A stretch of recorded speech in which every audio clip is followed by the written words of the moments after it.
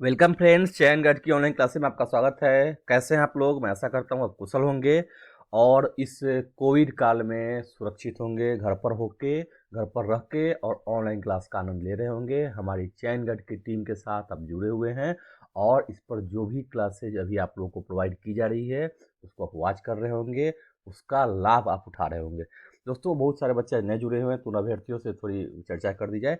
अभी भी बहुत सारे बच्चों ने या पहले जो पंक्चुअल स्टूडेंट थे उन्होंने भी, अगर अभी तक आपने चैन राइस को सब्सक्राइब नहीं किया है तो आप यूट्यूब पर जाइए, चैन राइस टाइप कीजिए। उसका लोगो आप ध्यान रख लीजिएगा, लोगो का ध्येय वाक्य है चयन तक चयन नहीं। और उसके बाद उसको आप सब्सक्राइब कर लीजिए, साथ ही साथ बेल आइकन दबा लीजिए और उसको पर्सनलाइज कर लीजिए ताकि आपको नोटिफिकेशन कोई भी अगर इन्फॉर्मेशन भी दे तो आप तक वो पहले पहुंच पाए। तो ये काम आप जरूर कर लीजिएगा।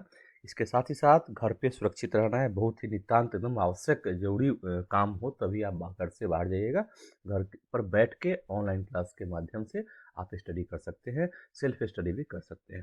दोस्तों, हम लोग अभी एन कक्षा कवर कर रहे हैं और अभी तक हमने क्लास 6, क्लास 7, क्लास 8 को कवर कर लिया है और क्लास 9 हम अभी पढ़ रहे हैं, जिसमें चैप्टर जो 1 अध्याय 1 जो है फ्रांस की क्रांति हमने कवर कर लिया था। 2 पार्ट में वीडियो है। अगर जो आज नए बच्चे हैं उन्होंने नहीं देखा है तो आप समय निकाल के इस क्लास को आप वॉच कर लीजिए, इसके बाद जाकर उसको आप देख सकते हैं। करना आपको ये होगा कि चैनगढ़ आईएएस का एक प्लेलिस्ट है, इसमें एनसीईआरटी सेक्शन का प्लेलिस्ट है, उसमें जाके आप सारी वीडियो जिसमें ऑलरेडी है उसको आप देख सकते हैं। इतना ही नहीं, अगर आप अभी तक तो किसी ने कमेंट नहीं किया है कि हाँ मुझे समझ नहीं आ रही है, फिर भी अगर कॉन्सेप्ट में कोई दिक्कत है या कोई फैक्ट्स आपके मन मस्तिष्क को परेशान कर रही है तो आप ज़रूर कमेंट करके पूछ सकते हैं कि सर हमें ये लाइन या ये बात हमें समझ में नहीं आई, तो उसके लिए हम प्रयास करेंगे, आपको हम समझाने का प्रयास करेंगे। लेकिन अभी तक कमेंट का ना आना यह साबित करता है कि आप लोग भली भांति इस चीज़ को समझ रहे हैं और ये बहुत खुशी की बात है। तो दोस्तों, हम लोग अब आज जो है अध्याय 2 हम पढ़ने वाले हैं, जिसका शीर्षक है यूरोप में समाजवाद एवं रूसी क्रांति। इसका पार्ट 1 हमने अभी तक कवर कर लिया है और पार्ट 1 वीडियो आपके प्लेलिस्ट में जाके एनसीईआरटी में आप देख सकते हैं, जिन्होंने नहीं देखा है उसको आप कवर कर लेंगे। इसकी थोड़ी थोड़ी मैं झलक आपको दे देता हूँ, ओवरव्यू कर देता हूँ, उसके बाद इसका सेकेंड पार्ट जो है आज हम बनाएंगे। आज हम बात करेंगे रूस में क्रांति की बात करेंगे, रशियन क्रांति की बात करने वाले हैं।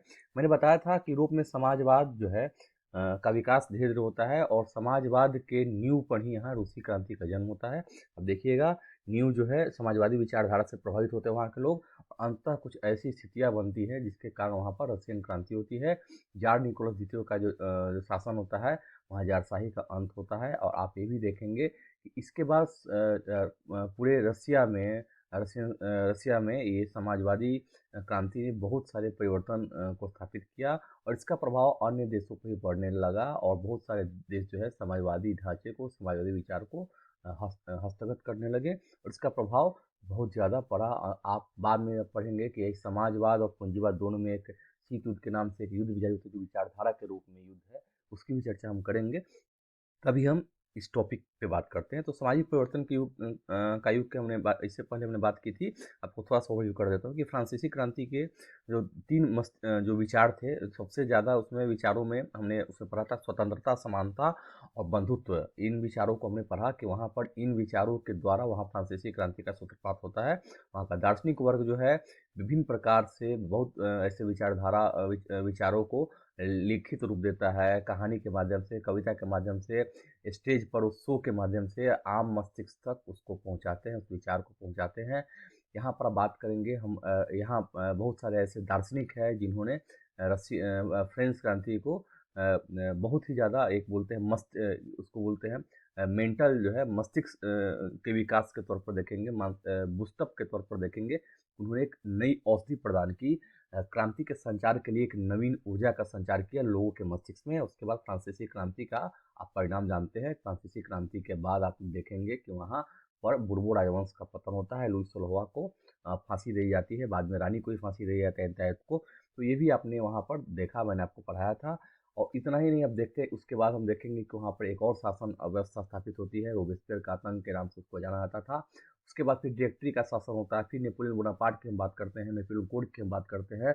और इस प्रकार वहाँ फ्रांस में लगभग आप देखेंगे कि एक शताब्दी तक वहाँ देखेंगे कि इस प्रकार क्रांति का दौर चलते रहता है और कुछ न कुछ परिवर्तन होते हैं। और फिर उसके बाद देखेंगे, फिर वहाँ पर संवैधानिक राजतंत्र की स्थापना होती है, बाद में यहाँ पर गणतंत्र की स्थापना होती है, महिलाओं के लिए वह आंदोलन चलाए जाते हैं, महिला महिला सशक्तिकरण की बात होती है, लेकिन फिर भी वहाँ अभी भी समानता का जो भावना है वो उसका सूत्रपात अभी तक नहीं किया जाता है। आप देखेंगे संपत्तिशाली वर्ग को ही वहाँ पर देखेंगे वोटिंग राइट दिया जाता है, महिलाओं को उसमें वरीयता नहीं दी जाती है।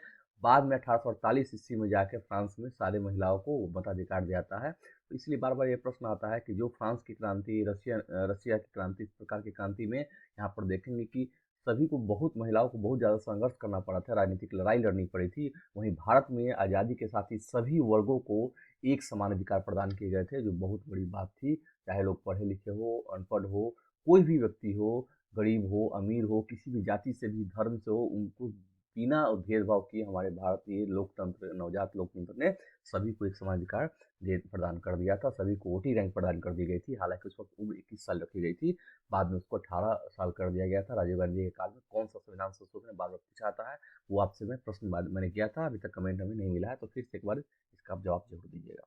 ठीक है, अब हम बात करेंगे कि फ्रांस की क्रांति के बाद इन विचारधाराओं का जो है जब यूरोप में प्रसार होता है तो वहाँ पर भी बहुत सारे जो लोग हैं वो फ्रांस में क्रांति यहाँ पर रसिया में भी वहाँ पर जो जारशाही शासन है उसका अंत चाहते हैं, क्योंकि वो भी निरंकुशता का प्रतीक है।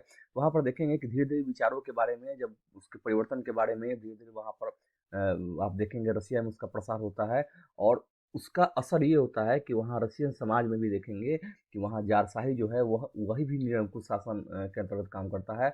और वहाँ पर भी जहाँ पर जार निकोलस द्वितीय जो है वो कहीं न कहीं पूरी तरह से आप देखेंगे कि निरंकुश शासक होता है। उसे वहाँ समाज के वर्ग जो है वहाँ भी देखेंगे भेदभाव जो है, सामाजिक भेदभाव बहुत ज़्यादा व्याप्त है। वहाँ भी कुलीन वर्गों की प्रधानता है, पादरी वर्गों की प्रधानता है, और वहाँ पर जो छोटे-मोटे जो लोग हैं या जनसामान्य हैं उनकी स्थिति बहुत ही खराब होती है।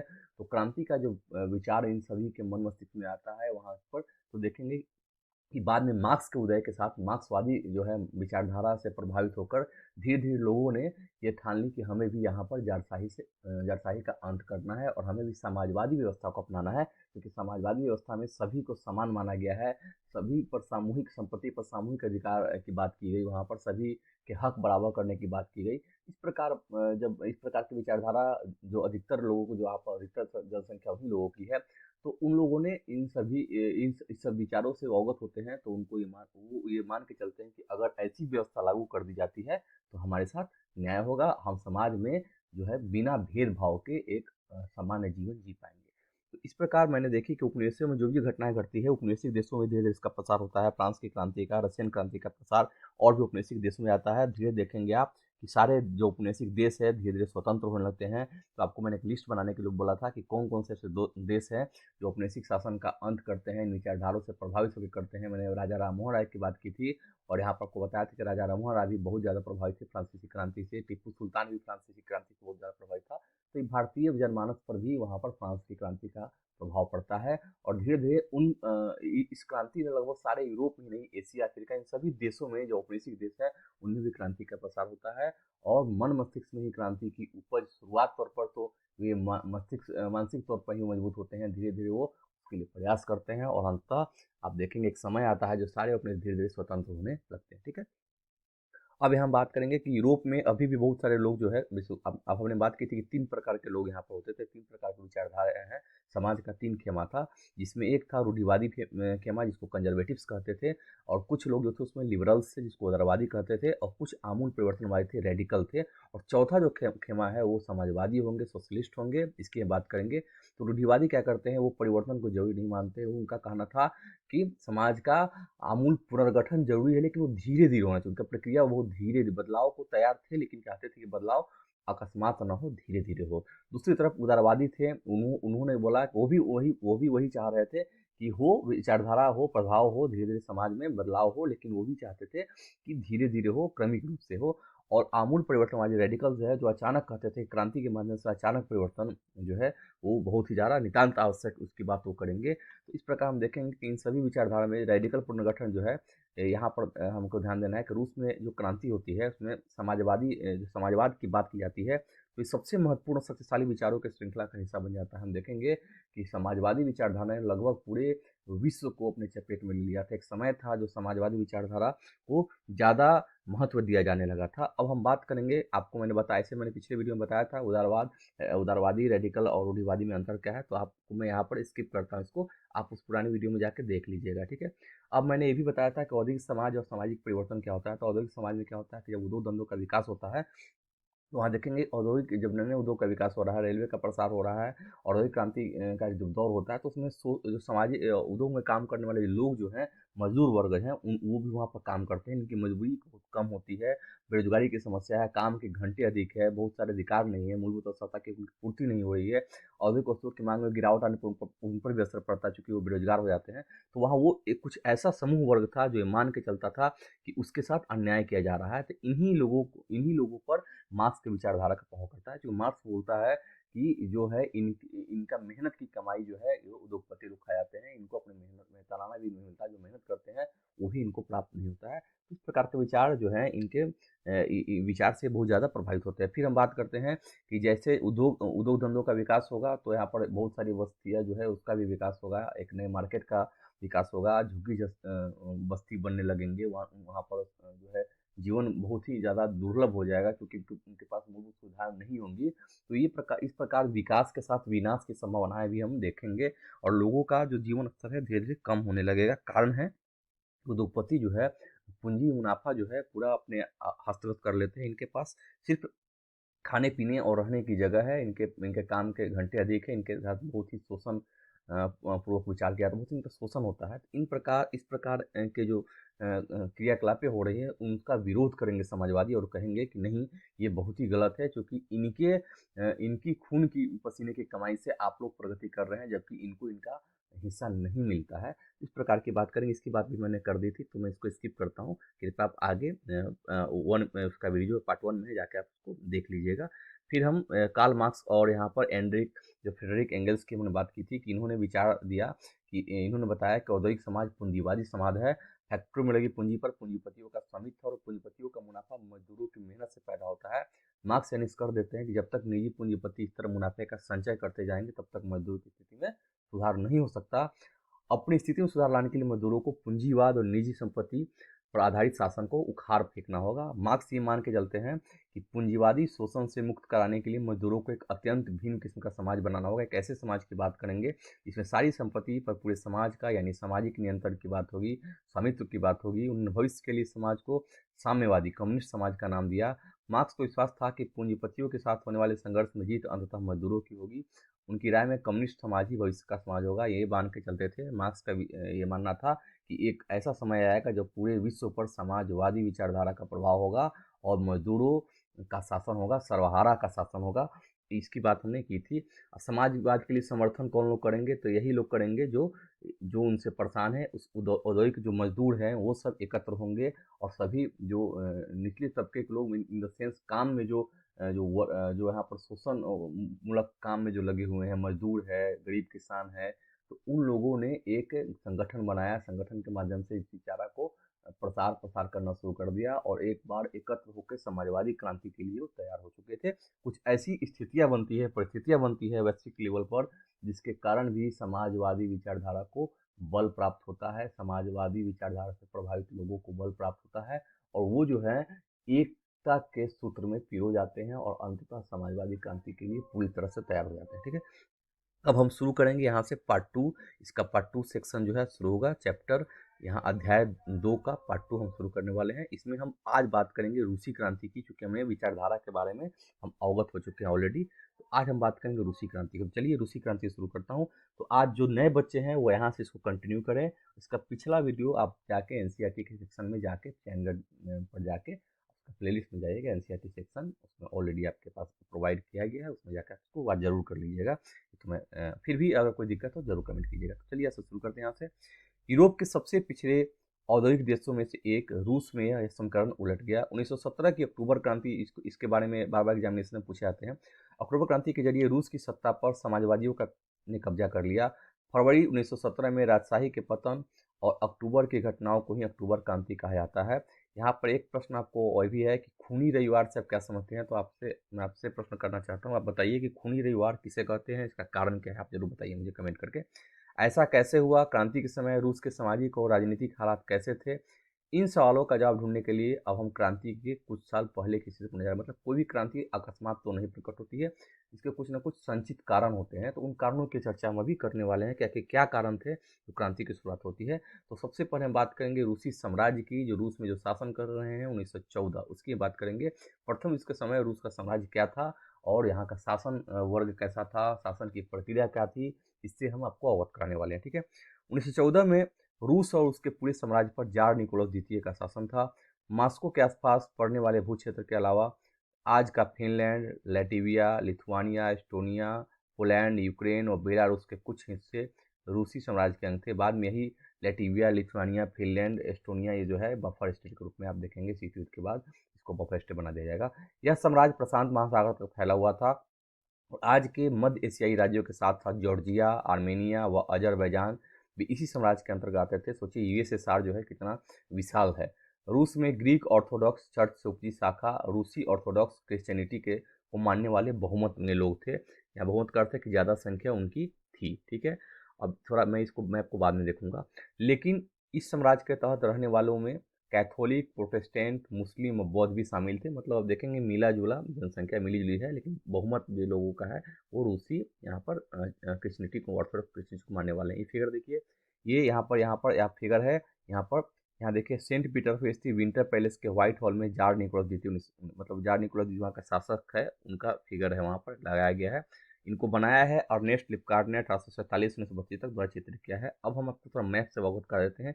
ये रूसी साम्राज्य है और देखिए रूसी साम्राज्य में ये यहाँ पर देखिए ये सारे जो यहाँ पर आज जो बफर स्टेट है, बफर स्टेट भी इनके अंतर्गत आ रहे हैं। बाद में इन बफर स्टेट को यहाँ पर देखेंगे लैटविया, लिथुआनिया, एस्टोनिया, फिनलैंड यहाँ पर बाद में अलग कर दिया जाता है, पोलैंड। तो ये इतना बड़ा साम्राज्य यहाँ देखिए रूसी साम्राज्य जो है। यहाँ पर आप देखिए कि और भी बहुत सारी ऑटोमन साम्राज्य की हम बाद में करेंगे। तो ऑटोमन साम्राज्य यहाँ है, रूसी साम्राज्य आपको यहाँ पर देखने को मिलेंगे। फिर यहाँ यूरोप के देश यहाँ पर यहाँ जर्मनी है, यहाँ ऑस्ट्रिया हंगरी है। तो ये बाद में देखेंगे, यही जो समीकरण है इन सभी का समीकरण मिलके विश्व युद्ध की शुरुआत इन्हीं जगहों से होती है। केंद्रीय शक्तियों के रूप में इनको मानेंगे, ये दोनों केंद्रीय शक्तियाँ में है। मित्र शक्तियों के रूप में जो ग्रीन कलर में मित्र शक्तियाँ बाद में बनती हैं युद्ध के समय। तटस्थ राज्य ऐसे हैं जिनको उनसे युद्ध से कोई मतलब नहीं है, वो तटस्थ राज्य हैं। इस कलर में है, जैसे अल्बानिया है हो गया, बोन्सा का देश हो गया, स्पेन जो है, स्विट्जरलैंड है, वो तटस्थ राज्य के बीच आते हैं। ऐसे तटस्थ जो बाद में केंद्रीय शक्तियों में जा मिले थे, वो बाद में कौन कौन देश मिलते हैं? तो ऑटोमन साम्राज्य, बुल्गारिया, ये सब केंद्रीय शक्ति से जाके मिलेंगे। और ऐसे तटस्थ राज्य जो बाद में मित्र शक्तियों से शामिल है, मतलब यहाँ पर फ्रांस अमेरिका के गुट में जाकर शामिल होते हैं। तो उन देशों की चर्चा की है, तो यहाँ पर इटली, बाद में यहाँ पर पुर्तगाल, ये सब जो है, यूनान, ये रोमानिया, ये सब जाके वहाँ उनके देश 1914 के युद्ध में देखेंगे। प्रथम विश्व युद्ध के समय ये जो समीकरण बनता है उसकी बात यहाँ पर की जा रही है। मानचित्र में रूसी साम्राज्य और पहले महायुद्ध में शामिल यूरोपीय देशों को दर्शाया गया है। तो ये हम यहाँ पर बात करने वाले हैं। अब देखिए अर्थव्यवस्था और समाज, अब बात करेंगे कि कभी भी राजनीतिक जो शासन है, जो शासन प्रणाली है, शासक जो है, उसके अंतर्गत अर्थव्यवस्था कैसी है, समाज का जो है समाज कैसा है, मतलब समाज के बारे में हमको जानना है क्या कि उस वक्त का जो रशियन समाज है वो किस प्रकार का है, उनका संगठन क्या है, क्रियाकलापें क्या है, क्या क्या काम करते हैं, अर्थव्यवस्था में शामिल की जाएगी, उनकी संस्कृति क्या है, उनकी बात हम करेंगे। 20वीं सदी की शुरुआत में रूस की आबादी का एक बहुत बड़ा हिस्सा खेती बाड़ी से जुड़ा हुआ था, मतलब किसान थे। रूसी समाज के लगभग 85% जनता आजीविका के लिए खेती पर निर्भर थी। यहाँ भी किसानों की संख्या ज़्यादा है। यूरोप के किसी भी देश में खेती पासी जनता का प्रतिशत इतना नहीं था। उदाहरण के तौर पर फ्रांस और जर्मनी में खेती पर निर्भर आबादी 40 से 50% से ज़्यादा नहीं थी। रूसी समाज के लिए किसान अपनी ज़रूरतों के साथ साथ बाजार के लिए भी पैदावार करते हैं, तो आज भी करते हैं कहीं ना कहीं। कभी भी देखें भारत भी है, आज भी बाजार की ज़रूरतों के लिए उत्पादन जो है किसान ही कर रहे हैं। रूस अनाज का एक बड़ा निर्यातक था, कारण है कि उतना विशाल भू क्षेत्र उनके पास है और उत्पादन में सारे लोग लगे हुए हैं। 80% आबादी अगर वहाँ उत्पादन में लगा हुआ है, कृषि में लगा हुआ है, तो जरूर ये निर्यातक रहे ही होंगे। उद्योग बहुत कम थे। सेंट पीटर्सबर्ग और मॉस्को प्रमुख औद्योगिक इलाके थे। हालांकि ज़्यादातर उत्पादन कारीगर ही करते थे, लेकिन कारीगरों की वर्कशॉपों के साथ साथ बड़े बड़े कल कारखानों भी मौजूद थे। बहुत सारे कारखाने 1890 के दशक में चालू हुए थे। जब रूस के रेल नेटवर्क को फैलाया जा रहा था, तो रेल नेटवर्क से फ़ायदा क्या होगा आप बताएंगे? परिवहन की जो है लागत जो है वो कम हो जाएगी, परिवहन जो है द्रुत हो जाएंगे। तो इस प्रकार के कुछ ऐसी आप बोलेंगे तकनीक का क्या योगदान है किसी भी औद्योगिक क्रांति के लिए? तकनीक की भूमिका से पूछा जाए तो आप जरूर इसको लिख सकते हैं। आप इतना आपकी समझ उतनी जरूर विकसित हो चुकी है। उसी समय रूसी उद्योगों में विदेशी निवेश भी तेजी से बढ़ा था। इन कारकों के चलते कुछ ही सालों में रूस के कोयला उत्पादन में 2 गुना और स्टील उत्पादन में 4 गुना वृद्धि हुई है। देखिए कोयला का उत्पादन ही बढ़ गया, 2 गुना हो गया, और स्टील का उत्पादन 4 गुना हो गया। अब स्टील का उत्पादन होगा तो जरूर यहाँ देखेंगे कल कारखानों का विकास होगा, रेलवे का विकास होगा, और बहुत सारे फैक्ट्री का निर्माण किया जाएगा। सन 1900 तक कुछ इलाकों में तो कारीगरों और कारखाना मजदूरों की संख्या लगभग बराबर हो चुकी थी। कारण है कि यहाँ पर उद्योग धंधों का विकास हो रहा था। एक ऐसा समय है, देखिए इन मजदूरों के रहने की जो ये देखेंगे बैक टाइप का, इसमें युद्ध से पहले सेंट पीटर्सबर्ग में बेरोजगार किसान, ये देखिए बहुत सारे लोग धर्मांध लंगरों में खाना खाते थे और खस्ता हाल मकानों में रहते थे। कारण है कि युद्ध से पहले ऐसी स्थिति भयावह स्थिति थी कि इन लोगों को जीविका के लिए इधर उधर गोटा घूमना पड़ता था। ये एक फिगर उसमें आप देख सकते हैं, ठीक है। ज्यादातर कारखाने उद्योगपतियों की निजी संपत्ति थे। मजदूरों को न्यूनतम वेतन मिलता रहे और काम की पाली के घंटे नहीं शुरू, इस बात का ध्यान रखने के लिए सरकारी विभाग बड़ी फैक्ट्रियों पर नजर रखते थे। मतलब यहाँ पर रेगुलेशन की बात की जा रही है। जो बड़े बड़े उद्योगपति थे जिनको निजी संपत्ति से वो उद्योग धंधा का विकास वहाँ जो हुआ था, तो उनमें उन चेक और बैलेंस की जो बात की जाए तो उसमें सरकारी विभाग जो है फैक्ट्रियों पर नजर रखते थे। लेकिन फैक्ट्री इंस्पेक्टर भी नियमों के उल्लंघन को रोक पाने में नाकामयाब होते थे। कारीगरों की इकाइयाँ और वर्कशॉप में काम की पाली 15 घंटे तक खींच जाती थी, जबकि आप अभी आप देखेंगे 8 घंटा तय किया गया है। जबकि कारखानों में मजदूर आमतौर पर 10 से 12 घंटे की पालियों में काम करते थे। मजदूरों के रहने के लिए भी कमरों से लेकर डॉर्मिटरी तक तरह तरह की व्यवस्थाएं मौजूद थी, लेकिन वो काफ़ी नहीं थी। सामाजिक स्तर पर मजदूर बटे हुए थे। कुछ मजदूर अपने मूल गांवों के साथ अभी भी गहरे संबंध बनाए हुए थे। बहुत सारे मजदूर अस्थायी रूप से शहरों में ही बस चुके थे। उनके बीच योग्यता और दक्षता के स्तर पर भी काफ़ी फर्क था। योग्यता का अर्थ है कि काम करने की योग्यता क्या है, दक्षता के अर्थ है कितना कुशल है। तो योग्यता मतलब उनकी शैक्षणिक जो है उपलब्धि क्या है, और दक्षता मतलब कितना स्किल्ड है, इनकी बात की जा रही थी। इनमें इनको इनका फर्क है। आज भी देखेंगे तो व्हाइट कॉलर लेबर, यहाँ पर रेड कॉलर जो प्रोफेशनल्स की जो बात की जाती है, तो योग्यता और दक्षता के आधार पर ही हम बात करते हैं। सेंट पीटर्सबर्ग के एक धातु मजदूर ने कहा था, धातु कर्मी मतलब जो धातु को गलाता है बनाता है, जो फैक्ट्री में काम करते हैं, धातु कर्मी मजदूर में खुद को साहब मानते थे। उनका काम में ज़्यादा प्रशिक्षण और निपुणता की जो रहती थी, इसलिए वो अपने आप को ज़्यादा ये मानेंगे कि हम ज़्यादा प्रशिक्षित हैं और खुद को साहब मानते थे। तो यहाँ पर हायरार्की दिखाने का प्रयास किया जा रहा है। 1914 में फैक्ट्री मजदूरों में औरतों की संख्या 31% थी, 31% थी, लेकिन उन्हें पुरुष मजदूर के मुकाबले कम वेतन मिलता था। आज भी देखेंगे कि तनख्वाह में ये आज भी कमी कहीं न कहीं है। मजदूर की तनख्वाह के मुकाबले आधा से 3/4 तक उनका वेतन होता था। मजदूरों के बीच मौजूद फासला उनके पहनावे और व्यवहार में भी साफ दिखाई देता था।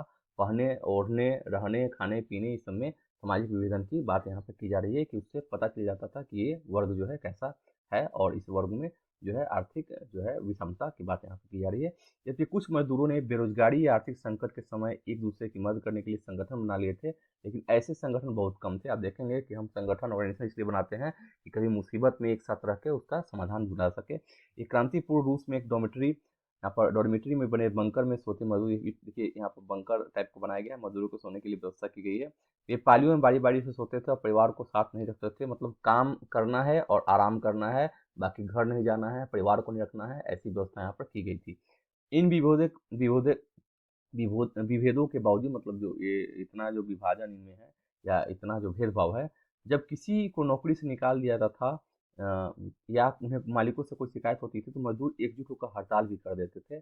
1896 से 1897 के बीच कपड़ा उद्योगों में और 1902 में धातु उद्योगों में ऐसी हड़तालें काफ़ी बड़ी संख्या में आयोजित की गई थी। हड़ताल का कारण होता था कि वेतन बढ़ाइए, सुविधाओं का विस्तार कीजिए। ऐसे बहुत सारे कारण थे जिसको लेके बार बार हड़ताल होते थे। देहात की ज़्यादातर जमीन पर किसान खेती करते थे, लेकिन विशाल संपत्तियों पर सामंतों, राजशाही और ऑर्थोडॉक्स चर्च का कब्जा था। यहाँ भी देखिए आप, सामंती वर्ग, राजा, और यहाँ चर्च मतलब पादरी वर्ग का कब्जा यहाँ भी है। मजदूरों की तरह किसान भी बटे हुए थे। किसान बहुत धार्मिक स्वभाव के थे। इक्का दुक्का अपवादों को छोड़ दिया जाए तो वे सामंतों और नवाबों का बिल्कुल सम्मान नहीं करते थे। नवाबों और सामंतों को जो सत्ता और हैसियत मिली थी वह लोकप्रियता की वजह से नहीं, बल्कि जार के प्रति उनकी निष्ठा और सेवाओं के बदले में मिली थी। कहने का अर्थ इसलिए इनकी वैल्यू उन लोगों की नज़र में नहीं थी, क्योंकि ये जार निकोलस द्वितीय जी उनके कृपा पात्र पर इनको ये प्राप्त हुई थी। यहाँ की स्थिति फ्रांस जैसी नहीं थी। मिसाल के तौर पर फ्रांसीसी क्रांति के दौरान ब्रिटेनी के किसान ने केवल नवाबों का सम्मान करते थे, बल्कि उन्होंने नवाबों को बचाने के लिए बाकायदा लड़ाई भी लड़ी थी। लेकिन इसके विरुद्ध देखेंगे, रूस के किसान चाहते थे कि नवाबों की जमीन छीनकर किसानों को बांट दी जाए। मतलब यहाँ पर किसान जो है वो इनसे इनका ये नहीं है, लगाव नहीं है। ये चाहते थे कि कभी ऐसा समय आए जो नवाबों को जमीन छीनकर किसानों को बीच बांट दी जाए। बहुधा वह लगान भी नहीं चुकाते थे। यहाँ भी देखिए रियायत की बात की जा रही है। कई जगह तो जमींदारों की हत्या भी की जा चुकी थी। 1902 में दक्षिणी रूस में ऐसी घटनाएं 1902 में देखने को मिलेंगी, बड़े पैमाने पर घटी। 1905 में तो पूरे रूस में ही ऐसी घटनाएं घटने लगी। रूसी किसान यूरोप के बाकी किसानों के मुकाबले एक और लिहाज से भी भिन्न थे। कारण देखिए क्या भिन्नता है। यहाँ के किसान समय समय पर सारी जमीन को अपने कम्यून मतलब मीर को सौंप देते थे, और फिर कम्यून ही प्रत्येक परिवार की जरूरत के हिसाब से किसानों को जमीन बांटता था। कहने का अर्थ है कि अपनी पूरी जमीन कम्यून को सौंप दिया, और कम्यून जो है उसका आंकड़ा लगाता था, अनुमान लगाता था, और फिर उसी अनुसार वो किसानों को भूमि सौंप देता था। इसकी बात यहाँ की जा रही है। अब थोड़ा सा ये देख लेते हैं कि इस स्रोत का में क्या बात की जा रही है। उस समय के समाजवादी कार्यकर्ता अलेक्जेंडर स्लैपनिकोव के वक्तव्य से पता चलता है, वक्तव्य देते हैं कि बैठकें कैसे आयोजित की जाती थी। एक एक कारखाने और दुकान में जा जाकर प्रचार किया जाता था। अध्ययन चक्र भी लगाए जाते थे। अध्ययन चक्र का अर्थ है कि बार बार हम जा जाके घूमेंगे, उनके बारे में उनको समझाएंगे, पढ़ाएंगे। संबंधित जो भी मुद्दा है जिस पर बात करनी है, मामलों पर कानूनी बैठकें भी बुलाई जाती थी। लेकिन इस गतिविधि को मजदूर वर्ग की मुक्ति की व्यापक संवर्ष में बड़ी निपुणता से हो जाता था। कारण कुछ और है, लेकिन मजदूरों को उसमें जबरदस्ती शामिल किया जाता था।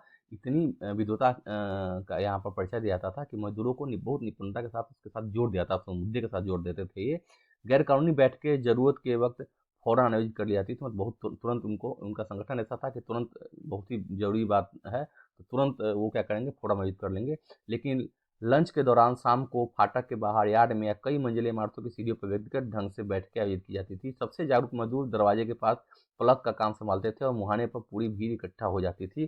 कहने का अर्थ है कि वहाँ जागरूक लोगों के कारण वहाँ पर बहुत जल्दी ये लोग क्या करते थे, संगठन बना लेते थे, मीटिंग कर लेते थे। वहाँ सबके सामने एक आंदोलनकारी खड़ा होता था। मालिक टेलीफोन पर पुलिस को इस बारे में जानकारी देते थे, लेकिन जब तक पुलिस पहुंचती थी तब तक भाषण पूरे हो चुके होते थे और जरूरी फैसले ले लिए जाते थे। यहाँ देखिए कि कितनी होशियारी का परिचय ये लोग दे रहे हैं कि पुलिस को फोन जब तक मालिक करेंगे तब तक ये क्या करेंगे, अपने मुद्दे को सलटा लेंगे और काम में लग जाते थे। ठीक है, अब हम बात करेंगे रूस में समाजवाद की। अब देखिए 1914 मतलब विश्व युद्ध से पहले रूस में सभी राजनीतिक पार्टियां गैर कानूनी थी, किसी को कानूनी अधिकार नहीं था, इलीगल थी। मार्क्स के विचारों को मानने वाली समाजवादियों ने 1898 में Russian social democratic workers party, रूसी समाजवादी लोकतांत्रिक श्रमिक पार्टी का गठन किया था। यहाँ देखिए लेनिन के द्वारा किया जा रहा है। सरकारी आतंक के कारण इस पार्टी को गैर कानूनी संगठन के रूप में काम करना पड़ता था। इस पार्टी का एक अखबार निकलता था, उसने मजदूरों को संगठित किया था और हड़ताल आदि कार्यक्रम आयोजित किए जाते थे। मतलब इस पार्टी का कुछ उद्देश्य रहे होंगे, उस उद्देश्य की पूर्ति के लिए क्या करते थे, मजदूरों को संगठन करते थे और हड़ताल इत्यादि कार्यक्रम में उनकी सहभागिता होती थी। कुछ रूसी समाजवादियों को लगता था कि रूसी किसान जिस तरह समय समय पर जमीन बांटते हैं, उसे पता चलता है कि वह स्वाभाविक रूप से समाजवादी भावना वाले लोग हैं। इस आधार पर उनका मानना था कि रूस में मजदूर नहीं बल्कि किसान ही क्रांति मुख्य शक्ति बनेंगे। आपको बताया था कि कम्यून को भूमि सौंप देते थे और कम्यून अपनी जरूरतों के हिसाब से उनको फिर से भूमि बांटते थे। तो कुछ लोगों का मानना था कि मजदूरों के बदले किसानों को हम ज़्यादा क्रांति में शामिल कर सकते थे, क्योंकि वो समाजवादी विचारधारा से ऑलरेडी वो अवगत है। वे क्रांति का नेतृत्व करेंगे और रूस बाकी देशों के मुकाबले ज़्यादा जल्दी समाजवादी देश बन जाएगा।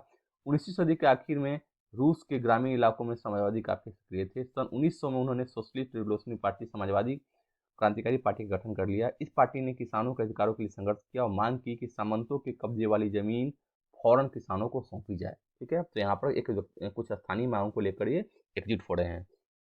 किसानों के सवाल पर सामाजिक लोकतंत्रवादी सोशल डेमोक्रेट्स खेमा समाजवादी क्रांतिकारियों से सहमत नहीं था, लेकिन मानना था, लेनिन का मानना था, लेनिन जो नेता है, लेनिन का मानना था किसानों में एकजुटता नहीं है, वे बटे हुए हैं। वे कुछ किसान गरीब थे तो कुछ अमीर, कुछ मजदूरी करते थे तो कुछ पूंजीपति थे जो नौकरों से खेती करवाते थे। इन आपसी विभेदों के चलते वे सभी समाजवादी आंदोलन का हिस्सा नहीं हो सकते थे। देखिए लेनिन ये कहता था मजदूर तो सब लगभग सही मजदूर है, एक साथ काम कर रहे हैं, लेकिन किसानों में विभेदन है, भेदभाव है। क्यों है? क्योंकि वो मान के चलते थे कि उनमें एकजुटता नहीं है, कुछ अमीर है, कुछ गरीब है, कुछ पूंजीपति है, तो कुछ लोग जो है मजदूरों के माध्यम से, नौकरों के माध्यम से खेती यहाँ पर कर रहे हैं। इसकी बात वो लेनिन करते हैं। ठीक है, अब यहाँ देखिए सांगठनिक रणनीति के सवाल पर पार्टी में गहरे मतभेद थे। व्लादिमीर लेनिन बुल्शेविक खेमे के मुखिया सोचते थे कि जार मतलब राजा को जार कहा जाता था, शासित रूस जैसे दमनकारी समाज में पार्टी अत्यंत अनुशासित होनी चाहिए और अपने सदस्यों की संख्या व स्तर पर उसका पूरा नियंत्रण होना चाहिए। दूसरा खेमा जो मेंशेविक है, अल्पसंख्यक जो होते थे, बुल्शेविक मतलब ज़्यादा जो है बहुसंख्यक यहाँ विचारधारा वाले थे। मेंशेविक जो खेमा था उनका मानना था, वो मानता था कि पार्टी में सभी को सदस्यता दी जानी चाहिए, लेकिन ये यहाँ पर नहीं मानते थे। यहाँ लेनिन मानता था कि कम ही सदस्य हो, लेकिन क्या हो, अनुशासित हो, नियमों को पालन करे, इस प्रकार संगठन की बात करेंगे। लेकिन मेंशेविक कहता था कि सभी को सदस्य बना दो, चाहे योग्य हो अयोग्य है, उनसे हमें मतलब नहीं है। अब एक समय आता है जिसको उत्थल पुथल का समय बुलाता है। 1905 में क्रांति की हम बात करने वाले हैं। रूस एक निरंकुश राजशाही था, अन्य यूरोपीय शासकों के विपरीत 20वीं सदी की शुरुआत में भी जार राष्ट्रीय संसद के अधीन नहीं था। मतलब यहाँ राष्ट्रीय संसद से बिल्कुल अलग है यहाँ जार की स्थिति। उदारवादियों ने इस स्थिति को खत्म करने के लिए बड़े पैमाने पर मुहिम चलाई। 1905 की क्रांति के दौरान उन्होंने संविधान की रचना के लिए सोशल डेमोक्रेट और समाजवादी क्रांतिकारियों को साथ लेकर किसानों और मजदूरों के बीच काफी काम किया। रूसी साम्राज्य के तहत उन्हें राष्ट्रवादियों जैसे पोलैंड में और इस्लाम के आधुनिकीकरण के समर्थक जदीदियों मुस्लिम बहु इलाकों में भी का भी समर्थन मिला। कारण था कि ये लोग सभी जो है इस शोषण से परेशान थे और चाहते थे किसी भी तरह इनको स्वतंत्रता मिल जाए, इनसे स्वतंत्रता मिले, इस व्यवस्था से मुक्त होना चाहते थे। रूसी मजदूरों के लिए 1904 का साल बहुत बुरा रहा। जरूरी चीज़ों की कीमत इतनी तेजी से बढ़ गई कि वास्तविक वेतन में 20% तक की गिरावट आ गई, क्योंकि जब वेतन जब कीमत बढ़ेंगी तो इनका वेतन में भी कमी होगी और उत्पादन में भी उसका असर पड़ेगा। जब उत्पादन ज़्यादा नहीं होगा तो उसे संलग्न मजदूर की जो है मजदूरी कम कर दी जाएगी। उसी समय मजदूर संगठनों की संख्या में भी तेजी से वृद्धि हुई।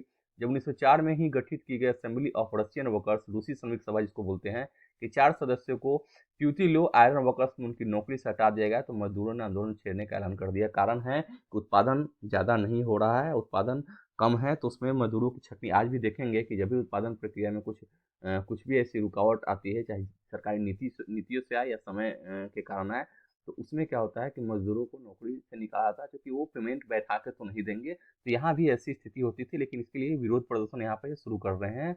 अगले कुछ दिनों के भीतर सेंट पीटर्सबर्ग, जो अभी आप देखिए सेंट पीटर्सबर्ग कहाँ है, आपको लोकेशन आपको बताना है, कि लगभग यहाँ पर देखिए, यहाँ पर 11 लाख से ज़्यादा मजदूर काम के घंटे घटाकर 8 घंटे किए जाने, वेतन में वृद्धि और कार्य स्थिति में सुधार की मांग करते हुए हड़ताल पर चले गए। अब यहाँ एक चीज़ आप ध्यान दीजिएगा कि यहाँ पर ये बहुत ही बड़ी यहाँ बात हो जाती है, क्योंकि ये जो मजदूर हैं ये क्या कर रहे हैं, ये बोल रहे हैं कि काम के घंटे को घटाकर 8 घंटे कीजिए, जो कि 15 घंटे थे।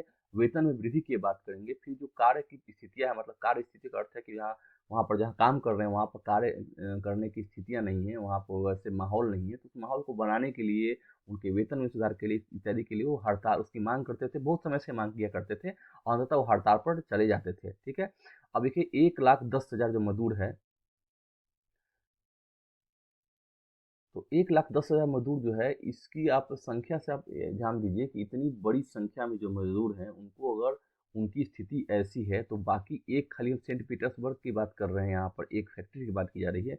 सोचिए कि उस वक्त रशियन समाज में, रूस में जितनी फैक्ट्री है, वहाँ के मजदूरों की स्थिति कैसी होगी। ठीक है। इस दौरान जब पादरी गैपोन के नेतृत्व में मजदूरों का एक जुलूस विंटर पैलेस, मतलब जार का महल, विंटर पैलेस जार का महल था, के सामने पहुंचा, तो पुलिस और कोसैक्स ने मजदूरों पर हमला बोल दिया। इस घटना में 100 से ज़्यादा मजदूर मारे गए और लगभग 300 लोग घायल हुए। इतिहास में इस घटना को खूनी रविवार के नाम से याद किया था। मैंने आपसे बताया था, पूछा था कि खूनी रविवार से क्या समझते थे, तो इसका असर यही है कि ये शांतिपूर्वक विरोध करने के लिए जो ज्ञापन पादरी के नेतृत्व में जो है मजदूरों का एक जुलूस जा रहा था, जो जार का जो महल था जहाँ वो रहते थे, जुलूस जो है विंटर पैलेस के सामने से गुजरा, तो पुलिस ने बिना कुछ सोचे हुए और उसके कोसैक्स ने और वहाँ का जो वो किला का रक्षक होता है, उन लोगों को क्या किया, मजदूरों पर हमला कर दिया और 100 से ज़्यादा मजदूर मारे गए, 300 घायल हो गए। इस चीज़ को खूनी रविवार के नाम से जाना जाता है। 1905 की क्रांति की शुरुआत इसी घटना से हुई थी। सारे देश में हड़ताल होने लगे। जब नागरिक स्वतंत्रता के अभाव का विरोध करते हुए विद्यार्थी अपनी कक्षाओं का बहिष्कार करने लगे, तो विश्वविद्यालय भी बंद कर दिए गए। वकीलों, डॉक्टरों, इंजीनियरों और अन्य मध्यवर्गीय कामगारों ने संविधान सभा के गठन की मांग करते हुए यूनियन ऑफ यूनियंस की स्थापना कर दी। देखिए, कहीं भी कोई क्रांति की जो सूत्रपात होती है, इसके तात्कालिक कारण का बहुत बड़ा प्रभाव पड़ता है। यहाँ तात्कालिक कारण के रूप में खूनी रविवार को लीजिएगा, क्योंकि अकारण शांतिपूर्ण जुलूस पर उन्होंने हमला करवा दिया, हमला बुलवा दिया यहाँ पर जार निकोलस द्वितीय ने। तो इसका असर ये हुआ कि सभी जो है क्रांति के लिए तैयार हो गए और बहुत ही द्रुत गति में, बहुत ही तेजी से तैयार हो गए। ठीक है। तो कुछ नए शब्द से आपको अवगत करा देते हैं, क्योंकि बॉक्स में जो शब्द है उसे बात हम कर लेते हैं। निरंकुश राजशाही का अर्थ क्या है? राजा का बिना रोक टोक शासन, मतलब राजा स्वेच्छाचारी होता है, बिना कोई नियम विनियम के अपने जो भी आदेश, उसके आदेश ही कानून माने जाते थे। जदीदी रूसी साम्राज्य में सक्रिय मुस्लिम सुधारवादी थे, उनको जदीदी कहा जाता था। वास्तविक वेतन का अर्थ है, यह इस बात का पैमाना है कि किसी व्यक्ति के वेतन से वास्तव में कितनी चीजें खरीदी जा सकती है। वास्तविक वेतन मतलब कि उनको जो हाथ में प्राप्त हो रहा है उसको क्या उपभोग कर सकते हैं, उसकी बात यहाँ पर की जाएगी वास्तविक वेतन के रूप में। अब हम बात करेंगे 1905 की क्रांति के दौरान जार ने एक निर्वाचित परामर्शदाता संसद या ड्यूमा के गठन पर अपनी सहमति दे दी। कारण था कि इनको डर था जार को कि अगर क्रांति ज़्यादा फैली तो इनका शासन जा सकता है, राजशाही जा सकती है, जारशाही जा सकती है। इसलिए उन्होंने क्या किया कि एक परामर्शदाता संसद ड्यूमा के गठन को मंजूरी दे दी। क्रांति के समय कुछ दिन तक फैक्ट्री मजदूरों की बहुत सारी ट्रेड यूनियनें और फैक्ट्री कमेटियां भी अस्तित्व में रही। 1905 के बाद ऐसी ज़्यादातर कमेटियां और यूनियनें अनाधिकृत रूप से काम करने रही, मतलब इनको अथॉरिटी नहीं प्राप्त थी, क्योंकि उन्हें गैर कानूनी घोषित कर दिया गया था। राजनीतिक गतिविधियों पर भारी पाबंदियां लगा दी गई।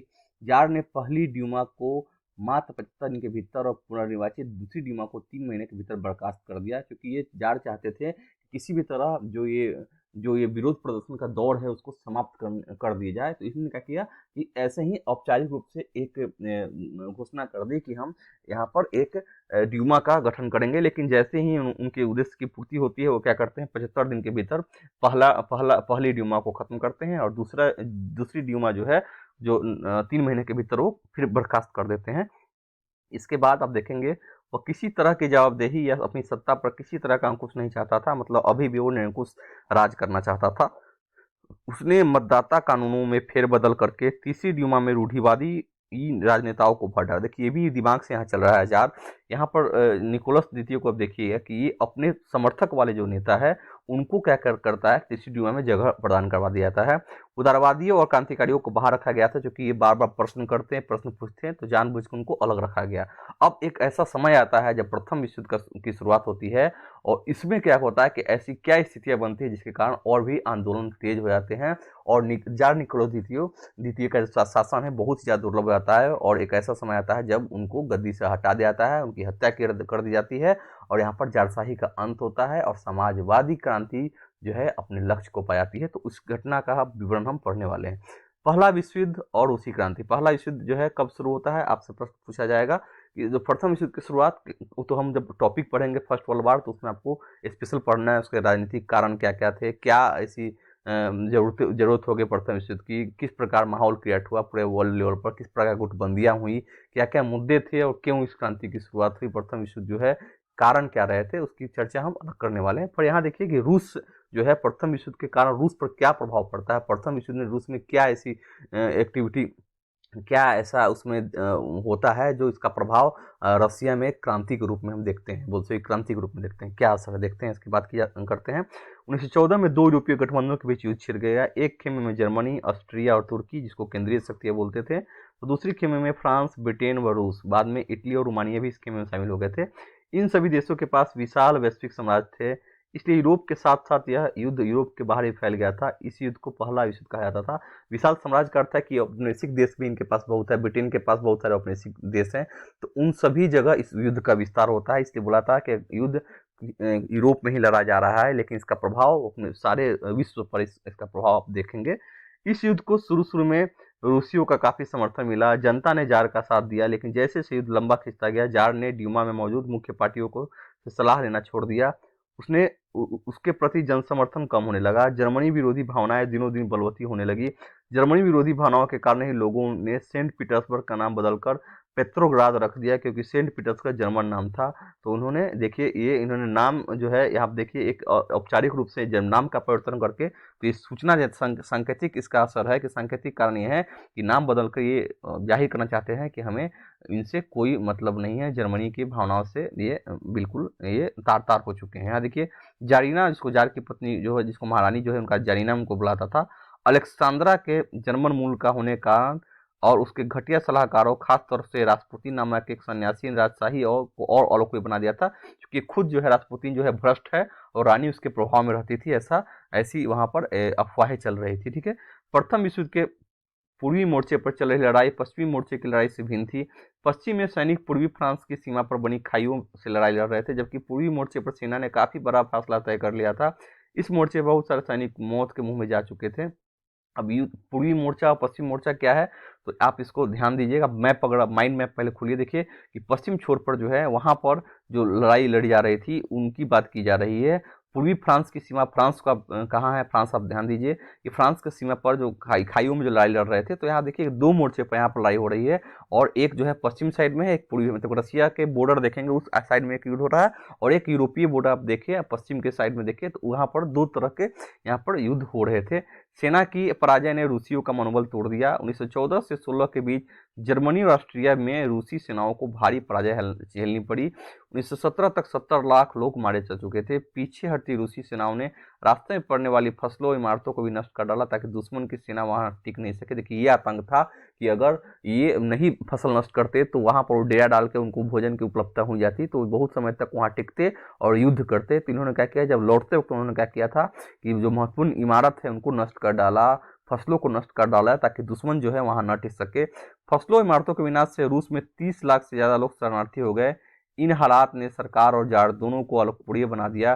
सिपाही भी युद्ध से तंग आ चुके थे, क्योंकि बहुत दिनों से युद्ध लड़ रहे थे। अब वे लड़ना नहीं चाह रहे थे, वे चाह रहे थे परिवार के साथ हम अपना जीवन बिताए। ये देखिए एक फिगर देखिए, प्रथम युद्ध के दौरान रूसी सिपाही का फिगर देखिए। शाही रूसी सेना को रूसी स्टीम रोलर कहा जाता था। यह दुनिया की सबसे बड़ी सशस्त्र सेना थी। जब इस सेना ने अपनी निष्ठा बदलकर क्रांतिकारियों को समर्थन देना शुरू कर दिया तो जार की सत्ता भी ढह गई। कारण है कि जार की शक्ति का जो पर्याय है, शक्ति का जो संचार या संजीवनी उसको जो बोलेंगे, वो यही सेना थी। बाद में इन्होंने क्रांतिकारियों का साथ दे दिया और अंततः जार सत्ता का यहाँ पर अंत आप देखेंगे। फिर आगे हम देखेंगे युद्ध से उद्योगों पर ही बुरा असर पड़ा। रूस के अपने उद्योग तो वैसे ही बहुत कम थे, अब तो बाहर से मिलने वाली आपूर्ति बंद हो गई थी, क्योंकि युद्ध के बाद देखिए एक तो मार्ग जो है युद्ध के कारण बहुत ही अशांति व्याप्त थी और व्यापार की बात तो उस वक्त नहीं, अशांति काल में व्यापार की बात नहीं की जाती है, क्योंकि बाल्टिक समुद्र में जिस रास्ते से विदेशी औद्योगिक सामान आते थे उस पर जर्मनी का कब्जा हो गया था। एक कारण ये भी था कि जर्मनी ने महत्वपूर्ण व्यापारिक मार्गों पर कब्जा कर लिया था। यूरोप के बाकी देशों के मुकाबले रूस के औद्योगिकरण उपकरण ज्यादा तेजी से बेकार होने लगे। 1916 तक रेलवे लाइनें टूटने लगी। अच्छी सेहत वाले मर्दों को युद्ध में झोंक दिया गया। देश भर में मजदूरों की कमी पड़ने लगी और जरूरी सामान बनाने वाली छोटी छोटी वर्कशॉप ठप होने लगी। ज्यादा अनाज सैनिकों का पेट भरने के लिए मोर्चे पर भेजा जाने लगा। शहरों में रहने वालों के लिए रोटी और आटे की किल्लत पैदा हो गई। 1916 की सर्दियों में रोटी की दुकानों पर अक्सर दंगे होने लगे। ये स्थिति हो जाती है रूस में। तो सोचिए ऐसी स्थिति में कोई भी क्रांति क्यों न करे। जब भूखे पेट रहना पड़े तो भूखे पेट रह के जो मरेंगे उससे अच्छा क्रांति में क्यों नहीं शामिल होंगे, ऐसा विचार वहां के लोगों में आता है और वो एक शक्ति के साथ यहाँ एकजुटता प्रदर्शित करके सारे धर्म जाति भेदभाव को भुलाकर एक क्रांति के लिए तैयार हो जाते हैं। ठीक है, अब एक क्रियाकलाप देखिए। 1916 के दिन है, आप जार की सेना में जनरल हैं और पूरी मोर्चे पर तैनात है कि एनसीईआरटी में कोशिश की जाती है कि वहाँ जो बच्चे हैं उनको एक हाइपोथेटिकल एक सिचुएशन दी जाए जिससे वो इसके बारे में कुछ अपना राय दे पाए। तो इसकी बात आप अभी नहीं करने वाले हैं। अब देखिए पेट्रोग्राद, जिसको हम आप यहाँ बताया था कि सेंट पीटर्सबर्ग का नाम पेट्रोग्राद किया जाता था, तो पेट्रोग्राद में फरवरी क्रांति। अब आपसे एक प्रश्न और मैंने अभी पढ़ाया है कि वहाँ सेंट पीटर्सबर्ग का नाम बदल के वो पेट्रोग्राद क्यों कर देते हैं वहाँ के लोग, क्या कारण है, इसको भी आप कमेंट करके मुझे बताइए। ठीक है, सन 1917 की सर्दियों में राजधानी पेट्रोग्राद की हालत बहुत खराब थी। ऐसा लगता था मानो जनता में मौजूद भिन्नताओं को ध्यान में रखकर ही शहर की बनावट तय की गई थी। मजदूरों के क्वार्टर और कारखाने नीवा नदी के दाएं तट पर थे। बाएं किनारे पर फैशनेबल इलाके, विंटर पैलेस और सरकारी तट इमारतें थी। जिस महल में ड्यूमा की बैठकें होती थी वहां भी इसी तरह था। फरवरी में मजदूरों के इलाकों में खाद्य पदार्थों की भारी कमी पैदा हो गई। उस साल ठंड भी कुछ ज्यादा पड़ी थी। भीषण कोहरा और बर्फबारी हुई थी। संसदीय प्रतिनिधि चाहते थे कि निर्वाचित सरकार बची रहे, इसलिए वह जार द्वारा ड्यूमा को भंग करने के लिए की जा रही कोशिशों का विरोध कर रहे थे। कहने का अर्थ है कि ये अब यहाँ पर देखिए आप रसिया में भेदभाव, युद्ध के बाद जो है भेदभाव की शुरुआत हो चुकी है। एक जो है एक किनारे, नेवा नदी के एक किनारे पर ये लोग जारशाही के समर्थक लोग, न्यूमा का वहाँ पर बिल्डिंग्स हैं, वहाँ पर रहने वाले को मूलभूत सुविधाएं प्राप्त है, सारी सुविधाएं हैं। और इसके अपोजिट साइड मजदूरों का एक घर है, रहने के रिहायशी इलाके हैं जहाँ पर स्थितियाँ बहुत ही ज़्यादा खराब है। तालाबंदी से अब सिंपल आप ये भी जानते हैं, फैक्ट्री को स्थायी रूप से बंद करने के लिए मालिकों द्वारा मुख्य फाटक पर ताला लगा देना को हम तालाबंदी कहते हैं। ठीक है, अब देखिए 22 फरवरी को दाएं तट पर स्थित एक फैक्ट्री में तालाबंदी घोषित कर दी गई। अगले दिन इस फैक्ट्री के मजदूरों के समर्थन में 50 फैक्ट्रियों के मजदूरों ने भी हड़ताल कर ऐलान कर दिया। कारण है कि एक तो खाने को उनके पास नहीं है, दूसरा है कि फैक्ट्री में तालाबंदी की जा रही है, तो मतलब ये बढ़ेंगे। इसलिए यहाँ पर देखिए कि यहाँ पर जल्दी से जल्दी एकत्र होकर यहाँ पर एक मजदूरों ने एक सामूहिक हड़ताल का ऐलान कर दिया और लगभग 50 फैक्ट्रियों के मजदूरों ने इनका साथ दिया। बहुत सारे कारखानों में हड़ताल करने की तो औरतें कर रही थी। इसी दिन को बाद में अंतर्राष्ट्रीय महिला दिवस का नाम दिया गया। अब अंतर्राष्ट्रीय महिला दिवस से प्रश्न पूछे तो ये भी मानिएगा कि 22 फरवरी को देखेंगे आप कि रसिया में बहुत सारे कारखानों को बंद करने में, हड़ताल में महिलाओं ने भी योगदान दिया, इसलिए अंतर्राष्ट्रीय महिला दिवस का नाम दिया गया।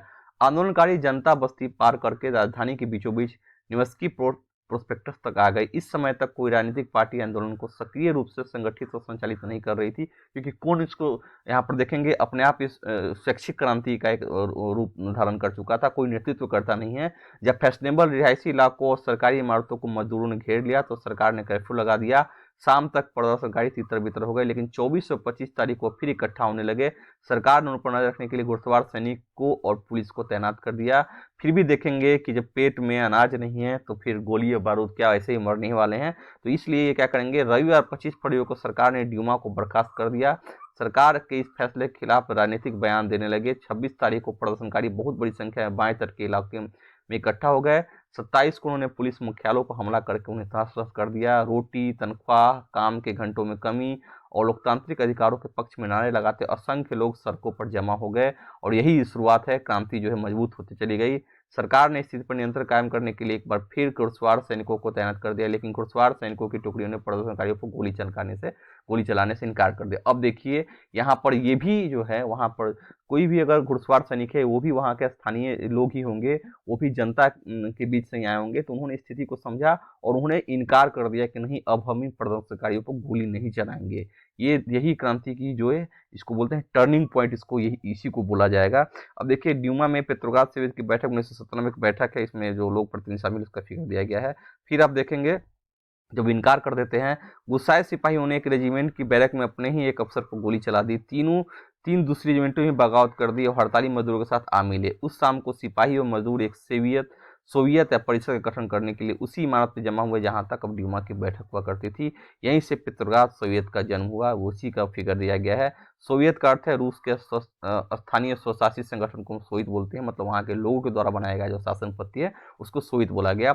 अगले दिन एक प्रतिनिधिमंडल जार से मिलने गया। सैनिक कमांडरों ने उसे सलाह दी कि वह गद्दी छोड़ दे। उसने कमांडरों की बात मान ली और 2 मार्च को गद्दी छोड़ दी। सोवियत और ड्यूमा के नेताओं ने देश का शासन चलाने के लिए एक अंतरिम सरकार बना ली। तय किया गया कि रूस के भविष्य के बारे में फैसला लेने की जिम्मेदारी संविधान सभा को सौंप दी जाए और उसका चुनाव सार्वभौमिक वयस्क मताधिकार के आधार पर की जाए।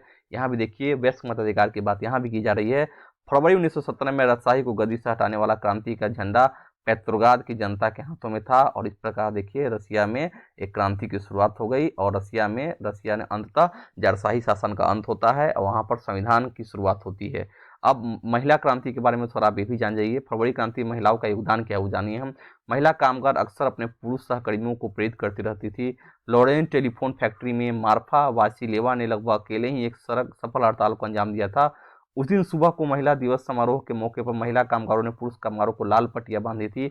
इसके बाद मिलिंग मशीन ऑपरेटर का काम करने वाली मार्फा वासिलेवा ने काम रोक दिया और आनन फानन हड़ताल का आह्वान कर डाला। काम पर मौजूद जो भी मजदूर उसके समर्थन में पहले से तैयार थे। फोरमैन ने इसके बारे में प्रबंधकों को सूचित किया और उसके लिए पाव रोटी भिजवाई। उसने पाव रोटी तो ले ली, लेकिन काम पर लौटने से इनकार कर दिया। जब प्रशासन ने उससे पूछा कि वह काम क्यों नहीं करना चाहती, तो उसने पलट कर जवाब दिया कि जब बाकी सारे भूखे हो तो मैं अकेले पेट भरने की नहीं सोच सकती। कि कितनी बड़ी बात है। मार्फा के समर्थन में फैक्ट्री के दूसरे भाग में काम करने वाली महिलाएं भी इकट्ठी हो गई और धीरे धीरे बाकी सारी औरतों ने भी काम रोक दिया। जल्द ही पुरुषों ने भी औजार जमीन पर डाल दिए और पूरा हुजूम सड़क पर निकल आया। इस प्रकार यहाँ महिलाओं का भी योगदान, यहाँ पर महिला जो है वो भी क्रांति में बढ़ चढ़ के हिस्सा ले रही है। अब फरवरी के बाद की स्थिति की बात करेंगे। अंतरिम सरकार में सैनिक अधिकारी भूस्वामी उद्योगपति प्रभावशाली थे। उनमें उदारवादी और समाजवादी जल्दी जल्दी निर्वाचित सरकार का गठन करना चाहते थे।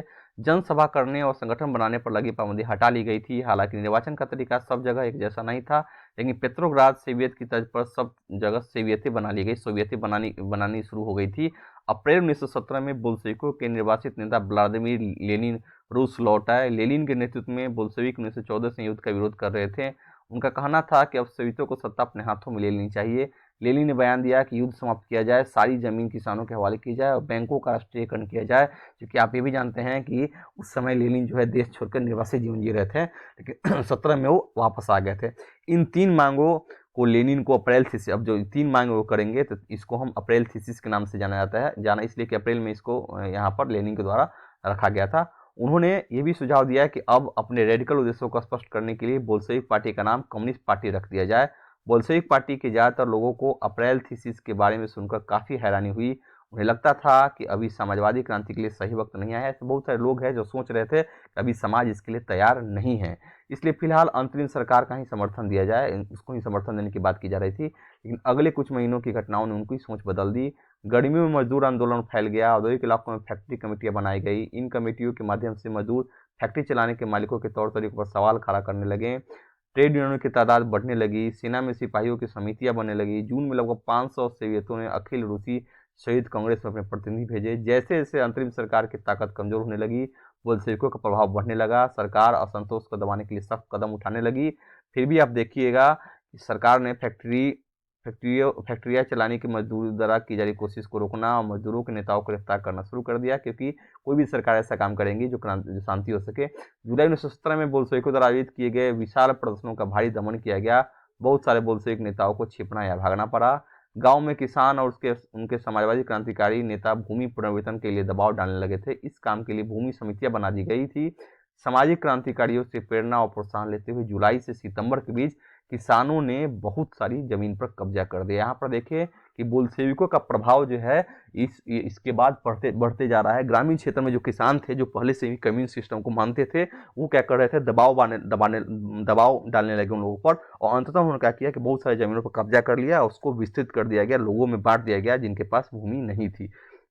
यहाँ अप्रैल 1917 में मजदूरों को सम्मिलित करते लेनिन एक बोल्शेविक छवि है। लेनिन द्वारा यहाँ देखिए, ये लेनिन का फिगर है, वो बोल्शेविक नेताओं को, बोल्शेविक जो सदस्य उनको ये क्या कर रहे हैं, वहाँ पर संबोधित कर रहे हैं, कुछ बता रहे हैं। एक भीड़ है, देखिए, जब 17 जनवरी 1917 को बोल्शेविक समर्थन प्रदर्शनकारियों पर सेना द्वारा गोलीबारी चलाई गई। सेना जो है गोलीबारी के द्वारा इनका अंत किया जा रहा है, मारा जा रहा है, उसकी एक फिगर है। अब अक्टूबर की 1917 की क्रांति की हम बात करेंगे, लास्ट ही है, इसके बाद ये वीडियो लगभग यहाँ पर देखेंगे, ये क्लास लगभग हम लोग कवर कर लेंगे। जैसे जैसे अंतरिम सरकार और बोल्शेविकों के बीच टकराव बढ़ता गया, लेनिन को अंतरिम सरकार द्वारा तानाशाही थोप देने का आशंका दिखाई देने लगी। सितंबर में उन्होंने सरकार के खिलाफ विद्रोह के बारे में चर्चा शुरू कर दी। सेना और फैक्ट्री सहितों में मौजूद बोल्शेविकों को इकट्ठा कर लिया गया। 16 अक्टूबर 1917 को लेनिन ने पेट्रोग्राद सोवियत और बोल्शेविक पार्टी को सत्ता पर कब्जा करने के लिए राजी कर लिया। सत्ता पर कब्जे के लिए लियोन ट्रोट्स्की के नेतृत्व में सोवियत की ओर से एक सैनिक क्रांतिकारी समिति का गठन किया गया। अब यहाँ देखिए, ट्रोट्स्की की बात की जाएगी, उन्होंने लाल सेना का गठन किया था, और ये बहुत ही जो है बहुत ही एक्सपर्ट व्यक्ति माने जाते थे और लेनिन के बहुत ही करीबी थे। इस बात का खुलासा नहीं किया गया कि योजना को किस दिन लागू किया जाएगा। 24 अक्टूबर को विद्रोह शुरू हो गया। संकट की आशंका को देखते हुए प्रधानमंत्री केरेंस्की ने सैनिक टुकड़ियों को इकट्ठा करने शहर से बाहर चले गए। तरकीन सरकार के वफादार सैनिकों ने 2 बोल्शेविक अखबारों के दफ्तरों पर घेर डाल दिया। टेलीफोन और टेलीग्राफ दफ्तरों पर नियंत्रण प्राप्त करने और विंटर पैलेस, जहां पहले जा रहते थे, की रक्षा के लिए सरकार समर्थक सैनिकों को सवारा कर दिया गया। पलक झपकते क्रांतिकारी समिति ने भी अपने समर्थकों को आदेश दे दिया कि सरकारी कार्यों पर कब्जा कर ले और मंत्रियों को गिरफ्तार कर ले। उसी दिन औरोरा नामक युद्धपोत ने विंटर पैलेस पर बमबारी शुरू कर दी। अन्य युद्धपोतों ने नेवा के रास्ते से, नेवा नदी है के रास्ते से आगे बढ़ते हुए विभिन्न सैनिक ठिकानों को अपने नियंत्रण में ले लिया। शाम ढलते ढलते पूरा शहर क्रांतिकारी समिति के नियंत्रण में आ चुका था। मंत्रियों ने खुद ब खुद, यहाँ देखेंगे, मंत्री जो है आत्मसमर्पण कर दिया गया था। पेट्रोग्राद में अखिल रूसी सोवियत कांग्रेस की बैठकें हुई, जिसमें बहुमत ने बोल्शेविकों की कार्रवाई का समर्थन किया। अन्य शहरों में बगावतें होने लगी, दोनों तरफ से जमकर गोलीबारियां हुई, खासतौर से मॉस्को में। लेकिन दिसंबर तक मॉस्को, पेट्रोग्राद इलाकों पर बोल्शेविकों का नियंत्रण स्थापित हो चुका था। मतलब बोल्शेविकों का जो नेता है वो व्लादिमीर इवान लेनिन, यहाँ बात करेंगे, लेनिन जो है वहाँ उनका नेता है। और अब देखेंगे कि लेनिन जो है वहाँ क्या करेंगे, लेनिन को नेतृत्व दिया जाएगा और वो वहाँ पर शासन संभालेंगे। ठीक है, कुछ तिथि देख लेते हैं। 1850 से 1880 के बीच समाजवाद पर बहस हुई थी। समाजवाद क्या है, कैसा, उसका स्वरूप कैसा होना चाहिए, इसकी बात की जाएगी। 1898 में Russian social democratic workers party की स्थापना की जाएगी। 1905 में खूनी रोजगार या 1905 की क्रांति के नाम से जाना जाएगा। 1917 में 2 मार्च को जार द्वारा पदत्याग किया जाएगा। 24 अक्टूबर को पेट्रोग्राद में बोल्शेविक विद्रोह होगा। 1918 और बीच में गृह युद्ध होगा देश के अंतर्गत। 1919 में कमिंटर्न का गठन होगा। कमिंटर्न की हम बात आगे करेंगे। 1929 में सामूहिकीकरण की शुरुआत होगी और कमिंटर्न का अर्थ है कम्युनिस्ट पार्टियों की अंतर्राष्ट्रीय संस्था। इस सब यह शब्द कम्युनिस्ट इंटरनेशनल का संक्षिप्त मतलब कम्युनिस्ट में यहाँ कम्युनिस्ट का COM, इंटरनेशनल का इंटर्न मिलकर कमिंटर्न बनाया गया है। एक फिगर देखिए, पेट्रोग्राद में लेनिन जो है बाएं, ट्रोट्स्की दाएं, मजदूरों के साथ यहाँ पर लेनिन, और यहाँ पर देखिए ट्रोट्स्की और लेनिन के द्वारा यहाँ पर मजदूरों को एक साथ दिखाया गया है। ठीक है, अब हम बढ़ेंगे अक्टूबर के बाद क्या बदला, इसकी बात करेंगे। बोल्शेविक जो है निजी संपत्ति की व्यवस्था के पूरी तरह खिलाफ थे। ज्यादातर उद्योगों और बैंकों का नवंबर 1917 में राष्ट्रीयकरण किया जा चुका है, क्योंकि लक्ष्य इनका पहले से ही था कि राष्ट्रीयकरण किया जाए। आप देखेंगे लेनिन जो है प्रेस थीसिस के माध्यम से इसकी बात की उसने की थी। उनका स्वामित्व और प्रबंधन सरकार के नियंत्रण में आ चुका था। जमीन को सामाजिक संपत्ति घोषित कर दिया गया था। किसानों को सामंतों की जमीनों पर कब्जा करने की खुली छूट दे दी गई। शहरों में बोल्शेविकों ने मकान मालिकों के लिए पर्याप्त हिस्सा छोड़कर उनके बड़े मकानों के छोटे छोटे हिस्से कर दिए, ताकि बेघरबार और जरूरतमंद लोगों को रहने की जगह दी जा सके। उन्होंने अभिजात वर्ग द्वारा पुरानी पदवियों के इस्तेमाल पर रोक लगा दी। कहना है कि आपको कोई भी पदवी नहीं लगाना है। परिवर्तनों को स्पष्ट रूप से सामने लाने के लिए सेना और सरकारी अफसरों की वर्दियां बदल दी गई। इसके लिए 1918 में एक परिधान प्रतियोगिता आयोजित की गई, जिसमें सोवियत टोपी बुदियोनका का चुनाव किया गया। बोल्शेविक पार्टी का नाम बदलकर रूसी कम्युनिस्ट पार्टी बोल्शेविक रख दिया गया। 1970 नवंबर 1970 में बोल्शेविकों ने संविधान सभा के लिए चुनाव कराया, लेकिन इस चुनाव में बहुमत नहीं मिला। जनवरी 1918 में असेंबली में बोल्शेविकों के प्रस्ताव को खारिज कर दिया गया और लेनिन ने असेंबली ही बर्खास्त कर दी। मतलब उनको अगर बहुमत नहीं मिला तो उन्होंने असेंबली को ही खत्म कर दिया। उनका मत था कि अनिश्चित परिस्थितियों में चुनी गई असेंबली के मुकाबले अखिल रूसी सोवियत कांग्रेस कहीं ज्यादा लोकतांत्रिक संस्था है। ये अपने पक्ष में एक ऐसा करेंगे, मत रखेंगे और लोगों को प्रभावित करना चाहेंगे। मार्च 1918 में अन्य रणनीतिक सहयोगी की असहमति के बावजूद बोल्शेविकों ने ब्रेस्ट लिटोस्क में जर्मनी से संधि कर ली। यहाँ ब्रेस्ट लिटोस्क की संधि हम बात करेंगे क्या है, आपको आगे बताएंगे हम। आने वाले सालों में बोल्शेविक पार्टी अखिल रूसी सोवियत कांग्रेस के लिए होने वाले चुनाव में हिस्सा लेने के वाली एकमात्र पार्टी रह गई। अखिल रूसी सोवियत कांग्रेस को अब देश की संसद का दर्जा दे दिया गया। रूस एक दलीय राजनीतिक व्यवस्था बना देश बन गया, जो आज तक चल रहा है। ट्रेड यूनियनों पर पार्टी का नियंत्रण रहता था। गुप्तचर पुलिस, जिसे पहले चेका और बाद में ओजीपीयू तथा एनकेवीडा का नाम दिया गया, आजकल तो केजीबी है, बोल्शेविकों की आलोचना करने वाले को दंडित करती थी। कारण है कि कोई भी विरोध की आवाज न उठ पाए।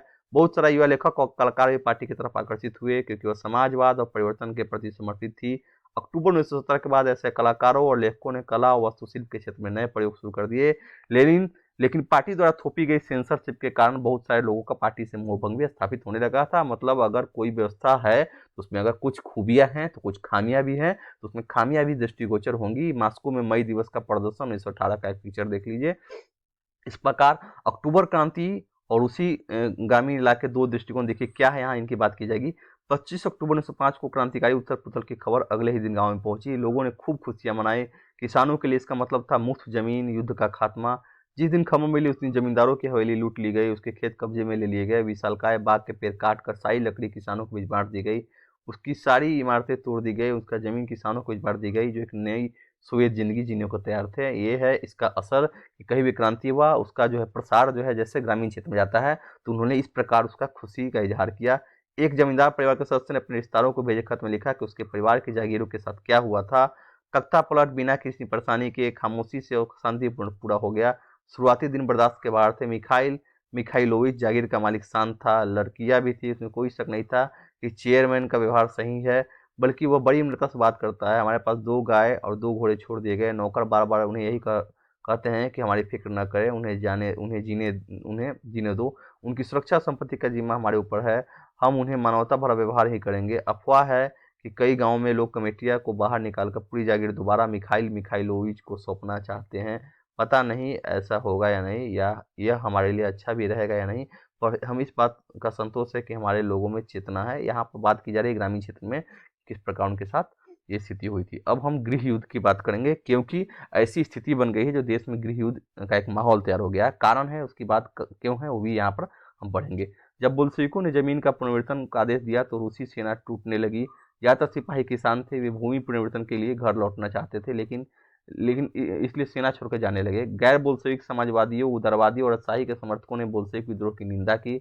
उनके नेता दक्षिणी रूस में इकट्ठा होकर बोल्शेविक मतलब रेड से लड़ने के लिए टुकड़ियां संगठित करने लगे। देखिए आपको बताया था कि किसान से ही वहां पर सेना में लोग शामिल है, तो जब भूमि का पुनर्वितरण किया जाएगा तो बहुत सारे सैनिक जो है गांव जाना चाहेंगे, गांव जाके अपनी भूमि को देखना चाहेंगे, तो उनको उसका ऑर्डर नहीं मिलेगा, तो इसलिए वो जाके सेना से वो त्यागपत्र देने लगेंगे। 1918-1919 में रूसी साम्राज्य के ज्यादातर हिस्सों पर सामाजिक क्रांतिकारियों, ग्रीन्स और जार समर्थकों, व्हाइट्स का ही नियंत्रण रहा।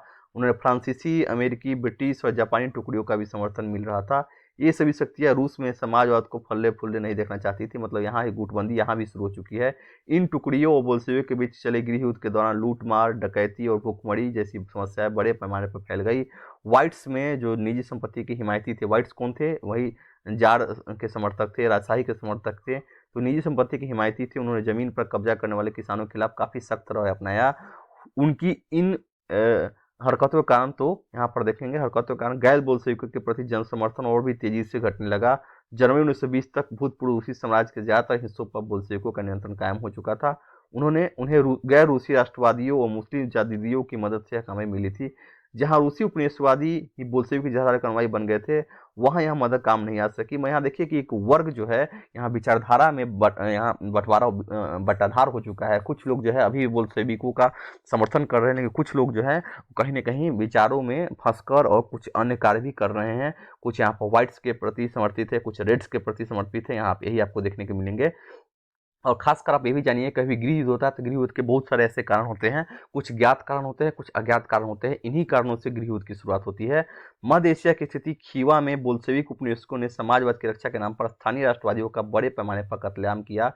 ऐसे हालात में बहुत सारे लोगों के समझ में नहीं आ रहा था कि बोल्शेविक सरकार क्या चाहती है। मतलब बोल्शेविक की गतिविधियां भी अब बहुत ही खराब हो चुकी थी, हिंसक हो चुके थे। आंशिक रूप से ही समस्या को निपटने के लिए ज्यादातर गैर रूसी राष्ट्रीयताओं को सोवियत संघ यूएसएसआर दिसंबर 1922 में रूसी साम्राज्य में से बोल्शेविकों द्वारा स्थापित किया गया राज्य के अंतर्गत राजनीतिक स्वायत्तता दे दी गई।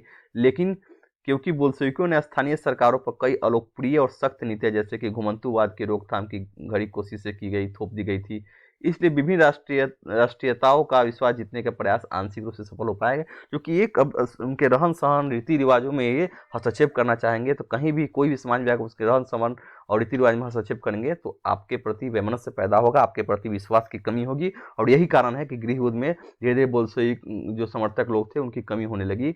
अब देखिए समाजवादी समाज के निर्माण के लिए क्या किया जाता है। गृह युद्ध के दौरान बोल्शेविकों ने उद्योगों और बैंकों के राष्ट्रीयकरण को जारी रखा। उन्होंने किसानों को जमीन पर खेती की छूट दे दी, जिसका सामाजिकरण किया जा चुका था। जब्त किए खेतों का इस्तेमाल बोल्शेविकों यह दिखाने के लिए करते थे कि सामूहिकता क्या होती है, मतलब वे खुद खेती करने लगे। शासन के लिए केंद्रीकृत नियोजन की व्यवस्था लागू की गई। अफसर इस बात का हिसाब लगाते थे कि अर्थव्यवस्था किस तरह काम कर सकती है। इस आधार पर भी 5 साल के लक्ष्य तय करते हैं। पंचवर्षीय योजना की जो हम देखेंगे भारत सरकार ने अपनाया है, वो कहीं न कहीं रसिया के प्रभाव में हमने ये पंचवर्षीय योजना अपनाया था। इस आधार पर उन्होंने पंचवर्षीय योजना बनानी शुरू कर दी। पहली 2 योजनाएं 1927, 1932, 1933-38 के दौरान औद्योगिक विकास को बढ़ावा देने के लिए सरकार ने सभी तरह की कीमतें स्थिर कर दी ताकि उद्योग का विकास हो सके। केंद्रीकृत नियोजन ने से आर्थिक विकास को काफी गति मिली। औद्योगिक उत्पादन बढ़ने लगा। 1929-1933 के बीच तेल, कोयले और स्टील के उत्पादन में 100% की वृद्धि हुई। नए औद्योगिक शहर अस्तित्व में आने लगे, मगर तेज निर्माण कार्यों के दबाव में कार्य स्थितियां खराब होने लगी। मतलब अब उद्योग धंधों का विकास कीजिएगा तो रहने वाले जो लेबर्स हैं, जो संख्या उनकी बढ़ेगी, उनकी स्थितियां खराब होते लगेगी। मैग्नीट्यूगोर्स्क शहर में एक स्टील संयंत्र का निर्माण कार्य 3 साल के भीतर पूरा कर लिया गया। बहुत ही द्रुत गति में इसको बोला जाएगा। इस दौरान मजदूरों को बड़ी संख्या सख्त जिंदगी गुजारनी पड़ी, जिसका नतीजा यह हुआ कि पहले ही साल में 550 पर काम रुका। रिहायशी क्वार्टरों में जाड़ों में शौचालय जाने के लिए 40 डिग्री कम तापमान पर लोग चौथी मंजिल से उतरकर सड़क के पार दौड़ कर जाते थे।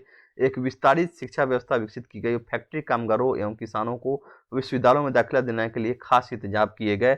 मतलब देखिए कि अब यहाँ पर लेबरों, यहाँ पर ध्यान दीजिएगा कि इन सभी की स्थिति बाद में देखेंगे कि विकास तो किया गया, लेकिन यहाँ पर लोगों की जो है स्थिति बहुत ही खराब हो गई थी। फिगर यहाँ देखिए, यहाँ पर एक चित्र है, कारखानों को समाजवाद के प्रतीक की तरह माना जाता था।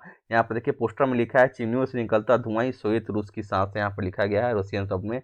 3 दशकों के बाद सोवियत रूस के एक स्कूल में जो बच्चे पढ़ रहे हैं, बच्चे सोवियत अर्थव्यवस्था का अध्ययन कर रहे हैं, सोवियत अर्थव्यवस्था को जानने का प्रयास कर रहे हैं। यहाँ एक और फिगर देखिए, यहाँ पर पहली परीक्षा के दौरान यहाँ पर मैग्निटोगोर्स्क का एक बच्चा है। यह बच्चा सोवियत रूस के लिए काम कर रहा है।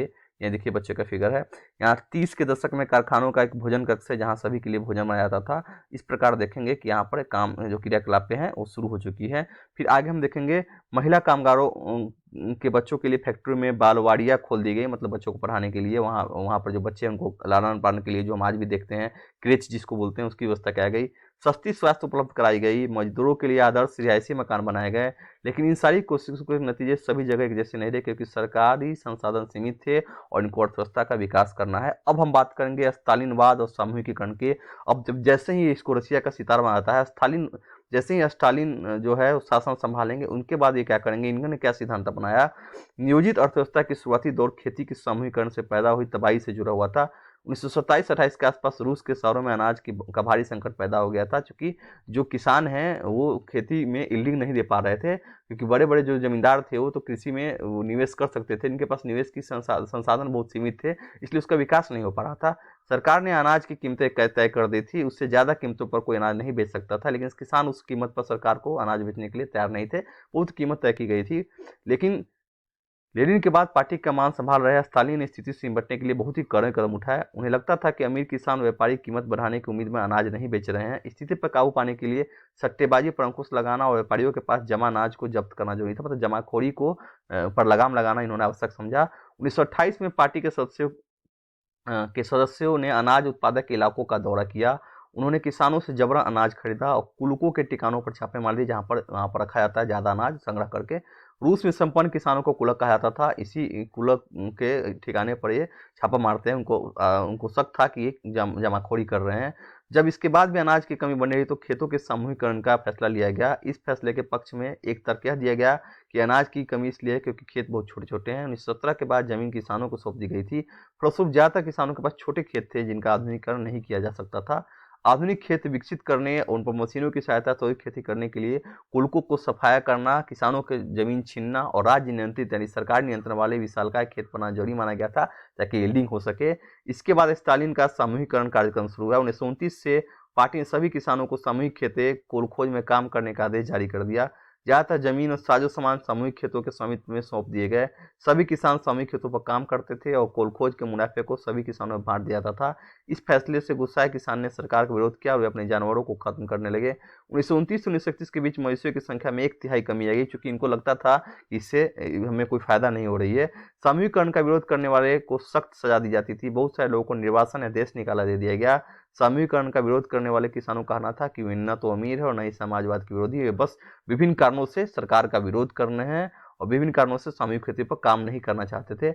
स्टालिन सरकार ने सीमित स्तर पर स्वतंत्र किसानी की व्यवस्था को भी जारी रखने दी, लेकिन ऐसे किसानों को कोई खास मदद नहीं जाती थी। मतलब अपने स्तर पर आपको प्रयास करने हैं। सामूहिकरण के बाद उत्पादन में नाटकीय वृद्धि नहीं हुई, बल्कि 1930 से 33 की खराब फसल के बाद तो सोवियत इतिहास का सबसे बड़ा काल पड़ा, जिसमें 40 लाख से ज्यादा लोग मारे गए। कारण है कि आप जबरदस्ती खेती करवाएंगे, उसके लिए आप निवेश नहीं देंगे, तो इस स्थिति में स्थिति ऐसी बिगड़ेंगी ही। पार्टी में बहुत सारे लोग नियोजित अर्थव्यवस्था के अंतर्गत औद्योगिक उत्पादन में पैदा हो रहे भ्रम और सामूहिकरण के परिणामों की आलोचना करने लगे थे। स्टालिन और उनके सहयोगियों ने ऐसे आलोचकों पर समाजवाद के खिलाफ साजिश रचने का आरोप लगाया। देश भर में बहुत सारे लोगों पर इस तरह का आरोप लगाया गया। 1939 तक आते आते 20 लाख से ज्यादा लोगों को या तो जेलों में या श्रम शिविरों में भेज दिया गया था। ज्यादातर लोगों ने ऐसा कोई अपराध नहीं किया था, लेकिन उनकी सुनने वाला कोई नहीं था। बहुत सारे लोगों को यातनाएं दे देकर उन्हें उनसे इस आशय के बयान लिखवा लिए गए कि उन्होंने समाजवाद की उस साजिश में हिस्सा लिया है। मतलब यहाँ देखिए आतंक इनके द्वारा भी शुरू कर दी गई है और इसी आधार पर उन्हें मार दिया गया। उन्हें कई प्रतिभावान पेशेवर लोग भी थे जिनको मार दिया गया। तो इस प्रकार आप देखेंगे कि यहाँ पर हम बात करेंगे किस प्रकार ये घटना जो है धीरे धीरे घटती है और यहाँ पर इस क्रांति के द्वारा आप देखेंगे इसका जो है दुष्परिणाम लोगों को भोगना पड़ता है। एक फिगर देखिए, विशाल सामूहिक फार्मों में काम करने के लिए जुटी किसानें औरतें ये भी काम करने के लिए जुटी हुई हैं। अब सामूहिकरण के बाद अगर पूछा जाए कि स्टालिन के समय में स्थिति कैसे हो गई, तो स्टालिन जो है कुछ ज़्यादा ही स्वेच्छाचारी हुआ और वो क्या है कभी भी उद्योग के विकास के लिए एक नई नई योजनाएं जो लाता था उसको जबरदस्ती लागू करने की बात करता था। या 1933 में सोवियत बचपन के स्वप्न और यथार्थ की बात की जा रही है। एक कहानी है, इसमें यही बताया गया है कि किस प्रकार एक बच्चा जो है वो ये अपनी कहानी कहता है कि हमारे पास कुछ भी नहीं है, हमें फैक्ट्री में काम करना पड़ेगा, हमारे हमारी जो ज़मीनें थी वो छीन छीन ली गई है, हमारे पास कोई खाने को नहीं है, हमको फैक्ट्री में काम करने बाद हमारे बच्चे भूखे मर जाएंगे, परिवार भूखे मर जाएंगे, मैं 13 साल का हूँ, अच्छा पढ़ने में हूँ, खराब रिपोर्ट नहीं है, फिर भी मैं नहीं पढ़ पाता हूँ। इस प्रकार अपनी व्यथा जो है बच्चा लिखने का यहाँ लिख रहा है। फिर हम आगे देखेंगे यहाँ पर रूसी क्रांति और सोवियत संघ का वैश्विक प्रभाव। अब क्या होता है, ये लास्ट टॉपिक है, इसको अब देख लीजिए। बोल्शेविक ने जिस तरह सत्ता पर कब्जा किया था और जिस तरह उन्होंने शासन चलाया उसके बारे में यूरोप की समाजवादी पार्टियां बहुत सहमत नहीं थी, लेकिन मेहनत कशों के राज की स्थापना की संभावना ने दुनिया भर के लोगों में एक नई उम्मीद जगा दी थी।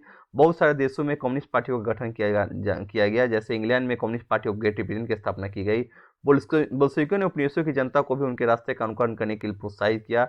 सोवियत संघ के अलावा भी बहुत सारे देशों के प्रतिनिधि conference of the people of the east 1920 और बोल्शेविक द्वारा बनाए गए कॉमिंटर्न बोल्शेविक समर्थक समाजवादी पार्टियों का अंतर्राष्ट्रीय महासंघ में हिस्सा लिया था।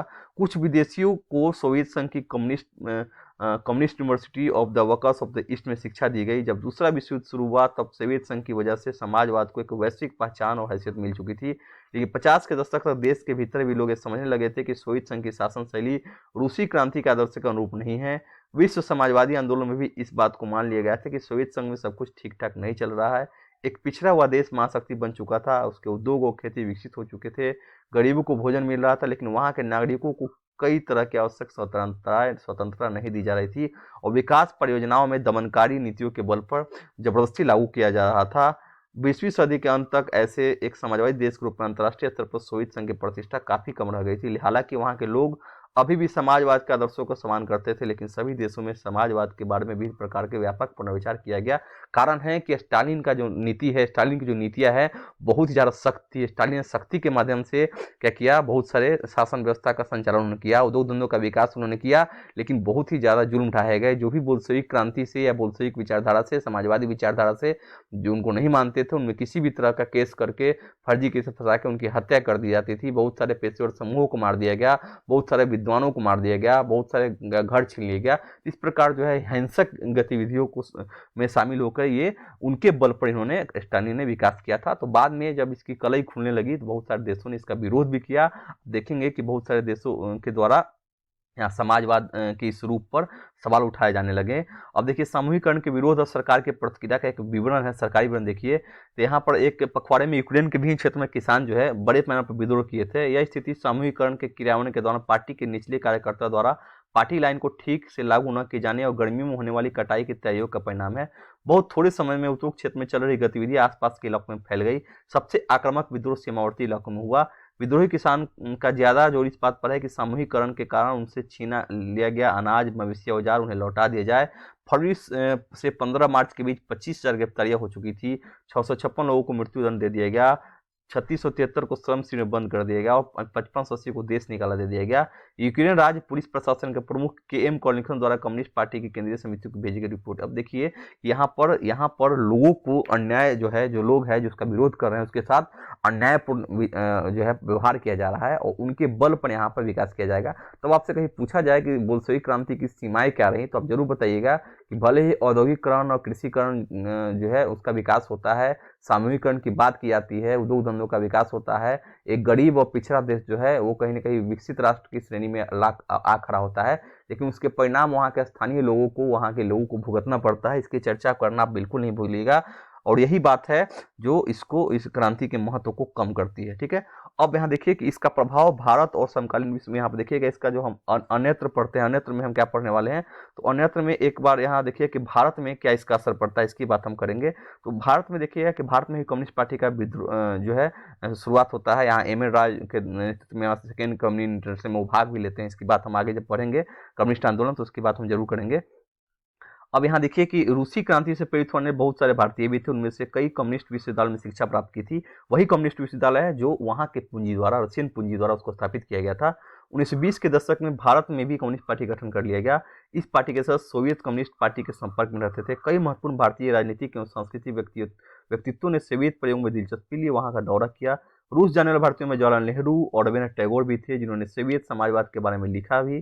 भारतीय लेखन में सोवियत रूस की अलग अलग छवियां दिखाई देती थी। हिंदी में R.S. अवस्थी 1920-21 में Russian revolution, Lenin, his life and his thoughts of the red revolution नाम पर किताबें लिखी। उनके अलावा S.D. विद्यालंकर ने द रिबर्थ ऑफ रसिया तथा the Soviet state of Russia नामक पुस्तक लिखी। इन विषयों पर बंगाली, मराठी, मलयालम, तमिल और तेलुगु में बहुत कुछ लिखा गया। मतलब इसका प्रभाव जो है बहुत सारे राष्ट्रों पर पड़ेगा। अब देखिए, सोवियत रूस में रहने वाला एक भारतीय है, 1920 के समय वो अपनी जिंदगी के बारे में कुछ अनुभव लिख रहा है। अपनी जिंदगी में पहली बार हम यूरोपियों को एशियाइयों के साथ मुक्त भाव से मिलते बतियाते देख रहे थे। जब हमने रूसियों को देश के बाकी लोगों के साथ सहज भाव से घुलते मिलते देखा तो हमें यकीन हो गया कि हम सच्ची मानवता की दुनिया में आ पहुंचे हैं। हमें स्वतंत्रता सही मायने में साकार होती दिखाई दे रही थी। प्रति क्रांतिकारियों और समाजवादियों की हरकतों से पैदा हुई गरीबी के बावजूद लोग बाग पहले से ज्यादा खुश और संतुष्ट दिखाई दे रहे थे। क्रांति में उनमें आत्मविश्वास और निडरता भर दी थी। 50 अलग अलग राष्ट्रीयताओं के लोगों के बीच मानवता का असली भाईचारा यही साकार होने वाला है। जाति या धर्म की कोई सीमा उन्हें एक दूसरे के साथ घुलने मिलने नहीं रोक रही थी। डर हर जीव को एक कुशल वक्ता हर जीव को एक कुशल वक्ता बना दिया गया। आप वहाँ मजदूरों, किसानों, सिपाहियों, सभी को पेशेवर वक्ता की तरह बहस करते देख सकते थे। शौकत उस्मानी जो है historic tips of the revolution जो वहाँ पर रहते थे, उन्होंने इसके बारे में चर्चा की है। फिर देखेंगे और रविन्द्रनाथ टैगोर क्या बोलते हैं। तो रूस में रविन्द्रनाथ टैगोर 1930 में गए थे, उन्होंने क्या किया, मास्को बाकी यूरोपीय राजधानियों के मुकाबले कम साफ सुथरा दिखाई देता है। सड़क पर भागम भाग में लगा कोई व्यक्ति बहुत स्मार्ट नहीं लगता। सारी जगह मजदूरों की है। यहाँ आम जनता रईसों के साय में किसी तरह दबती दिखाई नहीं देती। जो लोग सदियों से नेपथ्य में छिपे हुए थे, मतलब उनका पता नहीं था, आज सामने आ खड़े हुए हैं। मैं अपने देश के किसानों मजदूरों के बारे में सोचने लगा। मेरे सामने जो कुछ था उसे देखकर लगता था कि अरेबियन नाइट्स के किसी जिन्न की करामात है। यहाँ महज एक दशक पहले ये भी हमारे लोगों जितने ही अनपढ़, लाचार और भूखे थे। ये देखकर मेरे जैसे अभागे हिंदुस्तानी से ज़्यादा अचंभा और बड़ा किसको हुआ कि इन लोगों ने इतने थोड़े से सालों में अज्ञानता और बेसहारेपन के पहाड़ को उतार फेंका है। रविंद्रनाथ टैगोर उनके बारे में बोल रहे हैं कि जब वहाँ गए थे 1930 में, तो उन्होंने ये कमेंट भी किया था कि वहाँ के जो लोग हैं वो किस प्रकार के जीवन जी रहे हैं, और वे अपने आप को मानते हैं कि हमने जो इससे पहले जो दौरा किया था तो इसकी स्थिति कुछ और थी, अब का जो रूस है बिल्कुल अलग है। तो उसके लिए वो रविंद्रनाथ टैगोर उसकी प्रशंसा कर रहे हैं कि बहुत कम समय में यहाँ की व्यवस्था परिवर्तन हो गए, और चाहते थे कि भारत में भी जो है ये परिवर्तन लागू हो पाए।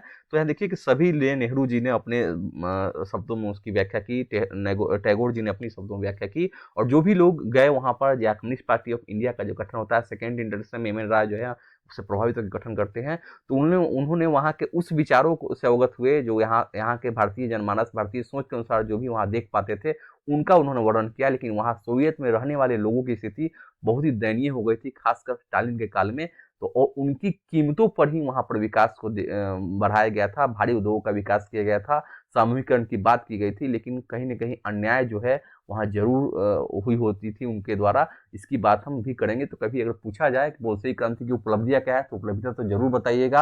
आप कम्युनिस्ट की उपलब्धियाँ बताने से आप बिल्कुल गुरेज नहीं करना है, लेकिन अगर सीमाएं हैं, अगर अर्थशास्त्र परीक्षण पूछा जाए तो उसकी चर्चा आप जरूर कीजिएगा।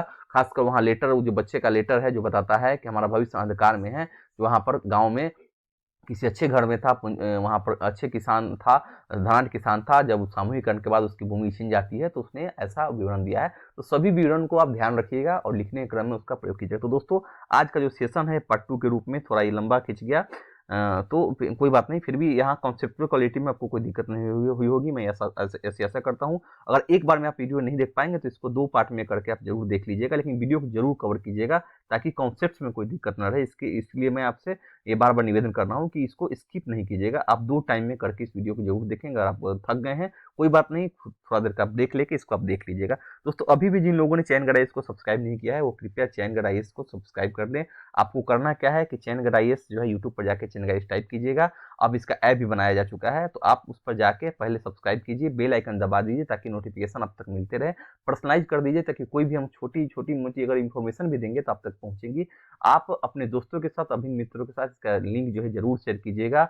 उनको बताइएगा कि चैन गढ़ के इस प्लेटफॉर्म पर उनके द्वारा एनसीईआरटी डिजिटल फॉर्म पढ़ाया जा रहा है। बहुत बच्चे जो एनसीईआरटी के लिए परेशान रहते हैं, कैसे पढ़े क्या पढ़े, उनके लिए भी मैंने वीडियो बनाया है, वो भी देख सकते हैं कि उसका तरीका क्या होना चाहिए, पढ़ने का तरीका क्या होना चाहिए, और किस प्रकार इसको हम कम समय में बहुत ही ज़्यादा हम इसको इफेक्टिव रूप से पढ़ सकते हैं, इसकी भी चर्चा हमने की है। तो इसलिए इसका आप जरूर ध्यान रखेंगे और अधिकाधिक इसको शेयर कीजिएगा। हमारा जो लक्ष्य है, चयन तक चैन नहीं, जब तक आप चयनित नहीं होते हैं हम चैन से नहीं बैठेंगे और आपको भी चैन से नहीं बैठने देंगे।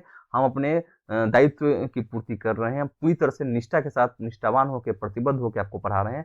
आपसे बस एक ही निवेदन है कि आप अपना कर्तव्य भली भांति पूरी कीजिए। आप इस क्लास को जरूर वॉच कीजिए, स्किप नहीं कीजिए। कभी स्किप किया तो समय निकाल के इसको जरूर वॉच कर लीजिएगा ताकि कॉन्सेप्ट में कोई दिक्कत न रहे, नॉलेज गैप नहीं होनी चाहिए। बाकी कॉन्सेप्चुअल क्लैरिटी होने के बाद आपकी अप्रोच जो है अच्छी होगी, आप अच्छा लेखन कर पाएंगे और एक भविष्य के अधिकारी के रूप में आप जरूर अपने आप को साबित कर पाएंगे, अपने आप को उस पद पर जरूर आप आसीन कर पाएंगे, इसकी मैं आशा करता हूं। दोस्तों, इसी के साथ इस कार्यक्रम में आज खत्म करता हूं। अब अगले वीडियो में हम अध्याय 3 पढ़ेंगे, उसके बारे में चर्चा करेंगे। फिर भी जो नए बच्चे हैं उनको कोई दिक्कत है तो प्लेलिस्ट में जाके आप समय निकाल के इसको जरूर देखिएगा। इसी के साथ यह क्लास अब मैं आपसे विदा चाहता हूँ। बहुत बहुत धन्यवाद दोस्तों। जय हिंद, जय भारत।